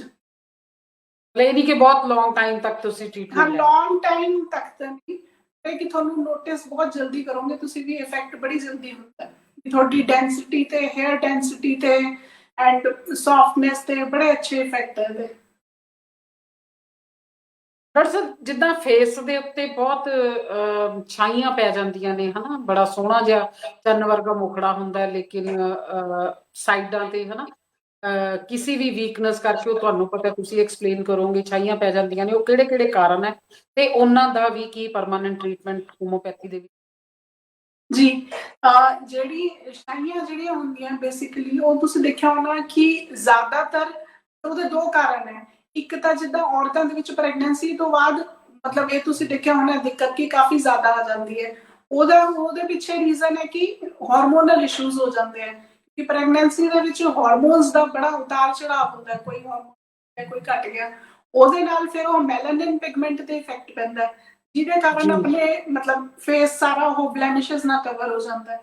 ਤੇ ਦੂਜਾ ਇਫੈਕਟ ਜਿਹੜਾ ਹੈਗਾ, ਉਹ ਜਿਹੜਾ ਕਾਰਨ ਹੈ ਉਹ ਹੈ ਕਿ ਧੁੱਪ ਦੇ ਵਿੱਚ ਜਾਣਾ, ਜਦੋਂ ਧੁੱਪ 'ਚ ਤੁਸੀਂ ਜ਼ਿਆਦਾ ਜਾਓਗੇ ਤਾਂ ਫਿਰ ਉਹਦੇ ਨਾਲ ਤੁਹਾਡੇ ਉਹ ਬਲੈਮਿਸ਼ਸ ਜਿਹੜੀਆਂ ਉਹ ਜ਼ਿਆਦਾ ਹੋ ਜਾਣਗੀਆਂ। ਤੇ ਇਹਨਾਂ ਦਾ ਹੋਮਿਓਪੈਥੀ ਦੇ ਵਿੱਚ ਕਾਫੀ ਅੱਛਾ ਹੈਗਾ ਰਿਜ਼ਲਟ, ਬਹੁਤ ਅੱਛੀਆਂ ਦਵਾਈਆਂ ਨੇ ਇਹਦੇ ਵਿੱਚ ਜਿਹੜੀਆਂ ਇਹਨੂੰ ਠੀਕ ਕਰਦੀਆਂ। ਉਹੀ ਪਰ ਮਤਲਬ ਪ੍ਰੋਪਰ ਹਿਸਟਰੀ ਤੋਂ ਬਾਅਦ ਹੀ ਉਹ ਆਪਾਂ ਜਾਣ ਸਕਦੇ ਹਾਂ ਵੀ ਹਾਂ ਕਿਹੜੀ ਦਵਾਈ ਹੈ, ਕਿ ਹਰ ਇਨਸਾਨ ਅਗਰ ਦੋ ਔਰਤਾਂ ਮਿਲ ਦੋਨਾਂ ਨੂੰ ਵੀ ਛਾਈਆਂ ਦੀ ਅਗਰ ਦਿੱਕਤ ਹੈ, ਦੋਨਾਂ ਦੀ ਮੈਡੀਸਨ ਅਲੱਗ ਹੋਏਗੀ। ਇਹ ਨਹੀਂ ਵੀ ਹਾਂ ਇੱਕ ਨੇ ਦਵਾਈ ਲਿੱਤੀ ਤਾਂ ਦੂਜੇ ਨੇ ਵੀ ਕਿਹਾ ਕਿ ਹਾਂ ਚਲੇ ਮੈਨੂੰ ਮੈਂ ਵੀ ਖਾ ਲੈਂਦੀ ਹਾਂ, ਮੈਨੂੰ ਵੀ ਅਸਰ ਕਰੇਗੀ, ਉੱਦਾਂ ਨਹੀਂ। ਉਹਨਾਂ ਦੀ ਅਲੱਗ-ਅਲੱਗ ਦਵਾਈ ਹੋਏਗੀ ਡਿਪੈਂਡਿੰਗ ਅਪਨ ਕਿ ਉਹਨਾਂ ਦੀ ਕੀ ਇੰਡੀਵਿਜੂਅਲਿਟੀ ਹੈ, ਕੀ ਪੈਕਿਊਲੀਅਰ ਚੀਜ਼ਾਂ ਉਹਨਾਂ ਦੀ, ਕਿਹੜੀ ਪਰਸਨੈਲਿਟੀ ਹੈ ਉਹਨਾਂ ਦੀ, ਉਸ ਦੇ ਹਿਸਾਬ ਨਾਲ। ਜੀ ਡਾਕਟਰ ਸਾਹਿਬ, ਜਿੱਦਾਂ ਆਪਾਂ ਹਾਰਮੋਨਸ ਦੀ ਗੱਲ ਵਾਰ-ਵਾਰ ਕਰ ਰਹੇ ਹਾਂ, ਅਕਸਰ ਮੀਨੋਪੌਜ਼ ਤੋਂ ਬਾਅਦ ਹਾਰਮੋਨਸ ਦੇ ਵਿੱਚ ਬਹੁਤ ਵੱਡਾ ਚੇਂਜ ਆਉਂਦਾ, ਜਿਹਦੇ ਕਰਕੇ ਹੌਟ ਫਲੈਸ਼ਿਸ ਆਉਂਦੇ ਨੇ, ਘਬਰਾਹਟ ਹੁੰਦੀ ਹੈ, ਨੇਚਰ ਦੇ ਵਿੱਚ ਚੇਂਜ ਆ ਜਾਂਦਾ ਹੈ, ਆਈ ਸਾਈਟ ਦੇ ਵਿੱਚ ਚੇਂਜ ਆ ਜਾਂਦਾ ਹੈ, ਹਨਾ, ਤੁਹਾਡੇ ਵਾਲਾਂ ਤੇ ਵੀ ਇਫੈਕਟ ਹੁੰਦਾ ਇਸ ਚੀਜ਼ ਦਾ। ਤੇ ਜੀ। ਕੀ ਆਰਟੀਫੀਸ਼ੀਅਲ ਹਾਰਮੋਨਸ ਲੈਣੇ ਚਾਹੀਦੇ ਨੇ ਜਾਂ ਫਿਰ ਉਹਨਾਂ ਨੂੰ ਮੇਨਟੇਨ ਰੱਖਣ ਵਾਸਤੇ ਸਾਨੂੰ ਕੀ ਕਰਨਾ ਚਾਹੀਦਾ ਹੈ? ਉਹਦੇ ਬਾਰੇ ਤੁਸੀਂ ਦੱਸੋ, ਤੇ ਉਹਦਾ ਕੋਈ ਟ੍ਰੀਟਮੈਂਟ ਤੁਹਾਡੀ ਹੋਮੋਪੈਥੀ ਦੇ ਵਿੱਚ ਕੋਈ ਹੈ? ਜੀ, ਹੋਮਿਓਪੈਥੀ ਦੇ ਵਿੱਚ ਉਹੀ ਹੈ, ਮਤਲਬ ਆਰਟੀਫਿਸ਼ੀਅਲ ਹਾਰਮੋਨਸ ਲੈਣਾ ਤਾਂ ਮੈਂ ਨਹੀਂ ਉਹ ਕਹੂੰਗੀ, ਕਿਉਂਕਿ ਮਤਲਬ ਉਹ ਕਿੰਨੇ ਟਾਈਮ ਤੁਸੀਂ ਉਹ ਚੀਜ਼ ਕਰੋਗੇ, ਐਂਡ ਆਰਟੀਫਿਸ਼ੀਅਲ ਹਾਰਮੋਨਸ ਦੇ ਆਪਣੇ ਸਾਈਡ ਇਫੈਕਟ ਹੈ, ਉਹ ਤੁਸੀਂ ਇਹ ਜੀ ਲਓਗੇ ਤਾਂ ਅਲਟੀਮੇਟਲੀ ਉਹ ਵੀ ਜਿੱਦਾਂ ਹਾਰਮੋਨਸ ਤੁਸੀਂ ਉਹ ਕੰਟਰਸੈਪਟਿਵ ਪਿਲ ਵੀ ਸੁਣੇ, ਉਹਨਾਂ ਦੇ ਹਾਰਟ ਦੇ ਉੱਪਰ ਬੜੇ ਇਫੈਕਟ ਹੁੰਦੇ ਆ ਜਾਂ weight ਵਧਾ ਦਿੰਦੇ ਆ ਬਹੁਤ ਜ਼ਿਆਦਾ। ਤੇ ਜੀ ਹੋਮਿਓਪੈਥੀ ਦੇ ਵਿੱਚ ਕਾਫੀ ਅੱਛੀ ਮੈਡੀਸਨ ਹੈਗੀ ਹੈ ਸਾਡੇ, ਮਤਲਬ ਸਲਫਰ ਵਗੈਰਾ ਹੋਈ, ਪਲਸੈਟਿਲਾ ਹੋਈ, ਜਿਨ੍ਹਾਂ ਦੇ ਜਿੱਦਾਂ ਤੁਸੀਂ ਅਗਰ ਪੇਸ਼ੈਂਟ ਨੂੰ ਦਿਓ ਤਾਂ ਉਹਨਾਂ ਦੀ ਸਾਰੀਆਂ ਇਹ ਜਿਹੜੀ ਦਿੱਕਤਾਂ ਨੇ ਉਹ ਸਾਰੀਆਂ ਠੀਕ ਹੋ ਜਾਂਦੀਆਂ, ਚਾਹੇ ਉਹ ਮਤਲਬ ਬੋਨ ਡੈਂਸਿਟੀ ਘਟ ਗਈ ਜਾਂ ਉਹਨਾਂ ਨੂੰ ਇਹ ਜਿੱਦਾਂ ਤੁਸੀਂ ਦੱਸਿਆ ਹੌਟ ਫਲੈਸ਼ਸ ਹੋ ਗਏ ਜਾਂ ਇਰੀਟੇਬਿਲਿਟੀ ਹੋ ਗਈ, ਹੋਰ ਜਿਹੜੇ ਸਾਰੇ ਮਤਲਬ ਉਹਨਾਂ ਦੀ ਦਿੱਕਤਾਂ ਨੇ ਉਹ ਸਾਰੀ ਹੋਮਿਓਪੈਥੀ ਦੇ ਵਿੱਚ ਉਹਦੇ ਬੜੇ ਅੱਛੇ ਰਿਜ਼ਲਟ ਨੇ। ਭਾਈ ਤੋਂ ਜੀ ਡਾਕਟਰ ਸਾਹਿਬ, ਡਾਕਟਰ ਸਾਹਿਬ ਬਹੁਤ ਅੱਛਾ ਲੱਗਿਆ ਤੁਹਾਡੇ ਕੋਲੋਂ ਇੰਨੀ ਡਿਟੇਲ ਦੇ ਵਿੱਚ ਜਾਣ ਕੇ ਸਾਰਾ ਕੁਝ। ਔਰ ਮੈਂ ਚਾਹੂੰਗੀ ਕਿ ਤੁਸੀਂ ਕਿਉਂਕਿ ਸਾਡਾ ਜਿਹੜੀ ਵਕਤ ਦੀ ਸੂਈ ਆ ਉਹ ਬੜੀ ਸਪੀਡ ਨਾਲ ਚੱਲ ਰਹੀ ਆ, ਦਿਲ ਤਾਂ ਨਹੀਂ ਕਰਦਾ, ਦਿਲ ਕਰਦਾ ਜ਼ਿਆਦਾ ਤੋਂ ਜ਼ਿਆਦਾ ਜਾਣਕਾਰੀ ਤੁਹਾਡੇ ਕੋਲੋਂ ਲਿੱਤੀ ਜਾਵੇ ਔਰ ਸਾਡੇ ਸਰੋਤਿਆਂ ਦਾ ਫਾਇਦਾ ਹੋ ਸਕੇ। ਲੇਕਿਨ ਤੁਸੀਂ ਇਸ ਤੋਂ ਪਹਿਲਾਂ ਕਿ ਕੋਈ ਮੈਸੇਜ ਦੇ ਕੇ ਜਾਓ ਜਾਂਦੇ ਜਾਂਦੇ ਕਿ ਸਾਨੂੰ ਕਿਸ ਤਰ੍ਹਾਂ ਆਪਣੀ ਹੈਲਥ ਦਾ ਖਿਆਲ ਰੱਖਣਾ ਚਾਹੀਦਾ ਹੈ, ਉਸ ਤੋਂ ਪਹਿਲਾਂ ਮੈਂ ਚਾਹੂੰਗੀ ਆਪਣੇ ਸਰੋਤਿਆਂ ਦੇ ਰੂਬਰੂ ਹੋਣਾ। ਸ਼ਾਇਦ ਕਿਸੇ ਦਾ ਕੋਈ ਐਸਾ ਸਵਾਲ ਨਾ ਹੋਵੇ ਜੋ ਤੁਹਾਡੇ ਕੋਲੋਂ ਕੁਝ ਪੁੱਛਣਾ ਚਾਹੁੰਦੇ। ਜੀ ਸੋ ਮਿਲਦੇ ਹਾਂ ਜੀ ਆਪਾਂ ਆਪਣੇ ਸਰੋਤਿਆਂ ਨੂੰ। ਹਾਂਜੀ, ਪਹਿਲਾਂ ਸਾਡੇ ਰੰਗ ਐਫਐਮ ਦੀ ਟੀਮ ਤੁਹਾਡਾ gracious welcome doctor Pooja Bhargav. Thank you. ਅੱਗੇ ਸਾਡੇ ਰੰਗ ਐਫਐਮ ਦੇ ਸਟਾਰ ਮੁਨੱਜ਼ਾ ਖਾਨ ਜੀ ਆਏ ਨੇ। ਇਹ ਸਾਡੇ ਦੋ ਸਟਾਰ ਨੇ ਜੀ, ਸ਼ਹਿਬਾਜ਼ ਜੀ ਔਰ ਮੁਨੱਜ਼ਾ ਜੀ, ਹਸਬੈਂਡ ਵਾਈਫ ਨੇ। ਸੋ ਕਹਿੰਦੇ ਹੈਲੋ ਪੂਜਾ ਜੀ ਤੇ ਗਰੇਵਾਲ ਭੈਣ ਜੀ, ਹੈਲੋ ਰਾਜੇ, ਸਤਿ ਸ਼੍ਰੀ ਅਕਾਲ, ਜਿਉਂਦੇ ਵਸਦੇ ਰਹੋ, ਜੀ ਆਇਆਂ ਨੂੰ। ਤੇ ਅੱਗੇ ਸਾਡਾ ਬੜਾ ਹੀ ਪਿਆਰਾ ਜਿਹਾ ਬੱਚਾ ਹੈ, ਇਹ ਸਾਡਾ ਵੀਰ ਹੈ, ਛੋਟਾ ਜਿਹਾ ਨਿੱਕਾ ਜਿਹਾ, ਜਗਦੀਪ ਸਿੱਧੂ। ਉਹ ਮੁਨੱਜ਼ਾ ਜੀ ਨੂੰ ਕਹਿ ਰਹੇ ਨੇ ਲਾਡੋ ਭੈਣ ਸਤਿ ਸ਼੍ਰੀ ਅਕਾਲ, ਦਿਲੋਂ ਸਲਾਮ। ਤੇ ਅੱਗੇ ਗੁਰਵਿੰਦਰ ਜੀ ਆਏ ਨੇ, ਸਤਿ ਸ਼੍ਰੀ ਅਕਾਲ ਕਹਿ ਰਹੇ ਨੇ ਜੀ। Sapna Kapoor ji, very nice doctor Pooja, thank you Sapna Kapoor ji. Gurvinder ਜੀ ਤੁਹਾਡਾ ਬਹੁਤ ਬਹੁਤ ਸਵਾਗਤ ਹੈ ਜੀ ਆਉਣ ਲਈ। ਰਾਘਵ ਚੌਹਾਨ ਜੀ ਕਹਿੰਦੇ ਵੈਰੀ ਗੁੱਡ ਡਾਕਟਰ ਪੂਜਾ, ਬੜਾ ਐਪਰੀਸ਼ੀਏਟ ਕਰ ਰਹੇ ਨੇ ਜੀ, ਇਹਨਾਂ ਦਾ ਬਹੁਤ ਸਵਾਗਤ ਕਰਦੇ ਹਾਂ ਅਸੀਂ, ਸਾਡਾ ਪ੍ਰੋਗਰਾਮ ਦੇਖਣ ਲਈ ਇਹਨਾਂ ਨੇ ਵਕਤ ਕੱਢਿਆ ਤੇ ਥੈਂਕਸ ਰਾਘਵ ਜੀ, ਸਾਨੂੰ ਤੁਹਾਡਾ ਕਰਨਾ ਚਾਹੀਦਾ ਜੀ। ਅੱਗੇ ਸਾਡਾ ਨਿੱਕਾ ਵੀਰ ਕਹਿ ਰਿਹਾ ਜਗਦੀਪ ਸਿੱਧੂ, ਸਾਰੇ ਸੋਹਣੇ ਭੈਣ ਭਰਾਵਾਂ ਨੂੰ ਹੱਥ ਬੰਨ੍ਹ ਕੇ ਬੇਨਤੀ ਹੈ ਕਿ ਆਪਣੇ ਪੂਜਾ ਭੈਣ ਜੀ ਦੇ YouTube ਚੈਨਲ ਨੂੰ ਸਬਸਕ੍ਰਾਈਬ, ਲਾਈਕ ਤੇ ਸ਼ੇਅਰ ਜ਼ਰੂਰ ਕਰਿਆ ਕਰੋ। ਬਹੁਤ ਸੋਹਣੀ ਜਾਣਕਾਰੀ ਦਿੰਦੇ ਨੇ, ਸਿਹਤ ਪ੍ਰਤੀ ਜਾਗਰੂਕ ਕਰਦੇ ਨੇ। ਵਾਹ ਜੀ ਵਾਹ, ਅੱਛਾ ਤੁਹਾਡਾ YouTube ਚੈਨਲ ਵੀ ਹੈ ਜੀ ਜੀ, ਬਾਅਦ ਵਿੱਚ ਦੱਸ ਕੇ ਜਾਇਓ ਕਿਸ ਨਾਮ ਤੋਂ ਹੈਗਾ ਜੀ।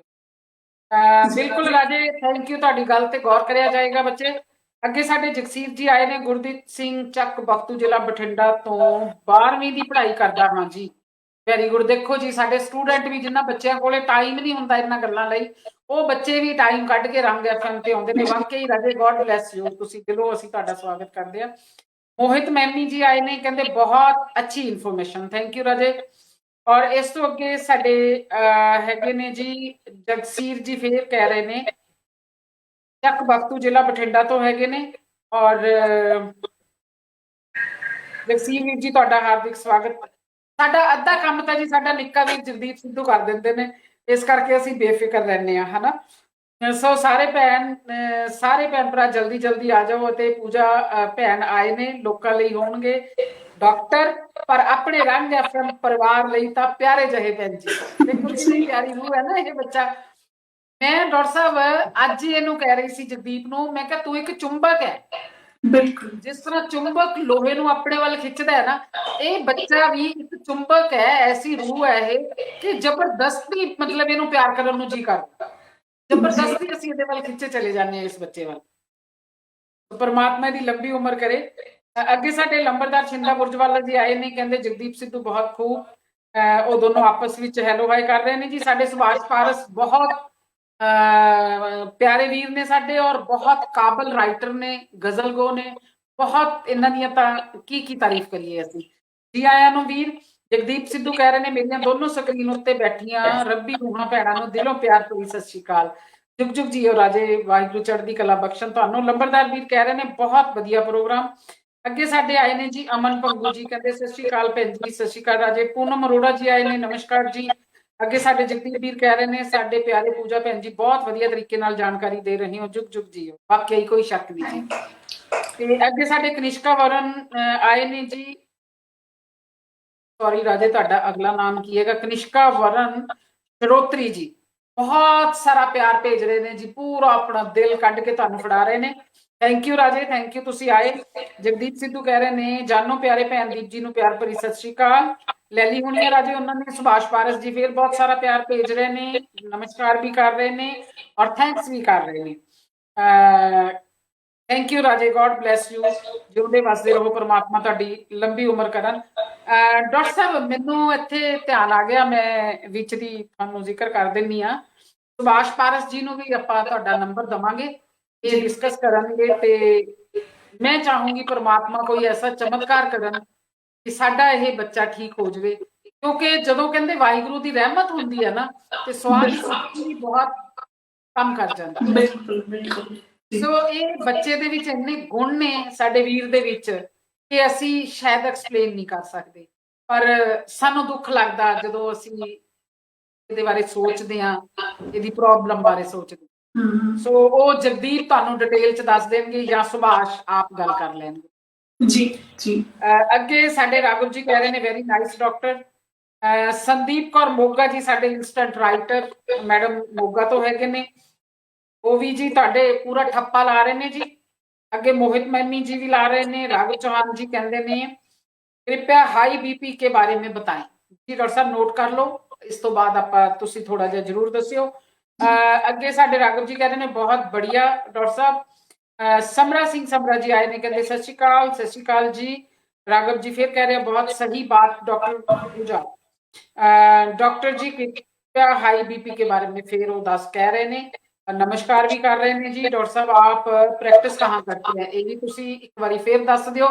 और डॉक्टर साहब तुसी अपना नंबर भी इत्थे छड्ड के जाना प्लीज, बोल के जाना तुसी बाद विच ते फिर असी कमेंटां दे राही सेंड कर देंगे। अगे शुक्रिया कर रहे ने जी। अगे हाँ जी, अगे साडे सारे राघव जी दे ही हैगे ने मैसेज, बहुत एप्रीशिएट कर रहे ने, वो बहुत ज्यादा प्यार एप्रीशिएट और भेज रहे ने। जगसीर ਵੀਰਪਾਲ ਕੌਰ ਚੱਕ ਬਖਤੂ ਜ਼ਿਲ੍ਹਾ ਬਠਿੰਡਾ ਵੀ ਐਪਰੀਸ਼ੀਏਟ ਕਰ ਰਹੇ ਨੇ। ਸੋ ਮੈਨੂੰ ਇੰਨੇ ਹੀ ਮੈਸੇਜ ਮੇਰੇ ਕੋਲੇ ਹਜੇ ਸ਼ੋ ਹੋਏ ਨੇ। ਅਗਰ ਨਹੀਂ ਬੋਲ ਕੇ ਦੇਖੀਏ, ਮੈਸੇਜ ਤਾਂ ਬਹੁਤ ਆਏ ਹੋਏ ਨੇ ਪਰ ਮੇਰੀ ਪ੍ਰੋਬਲਮ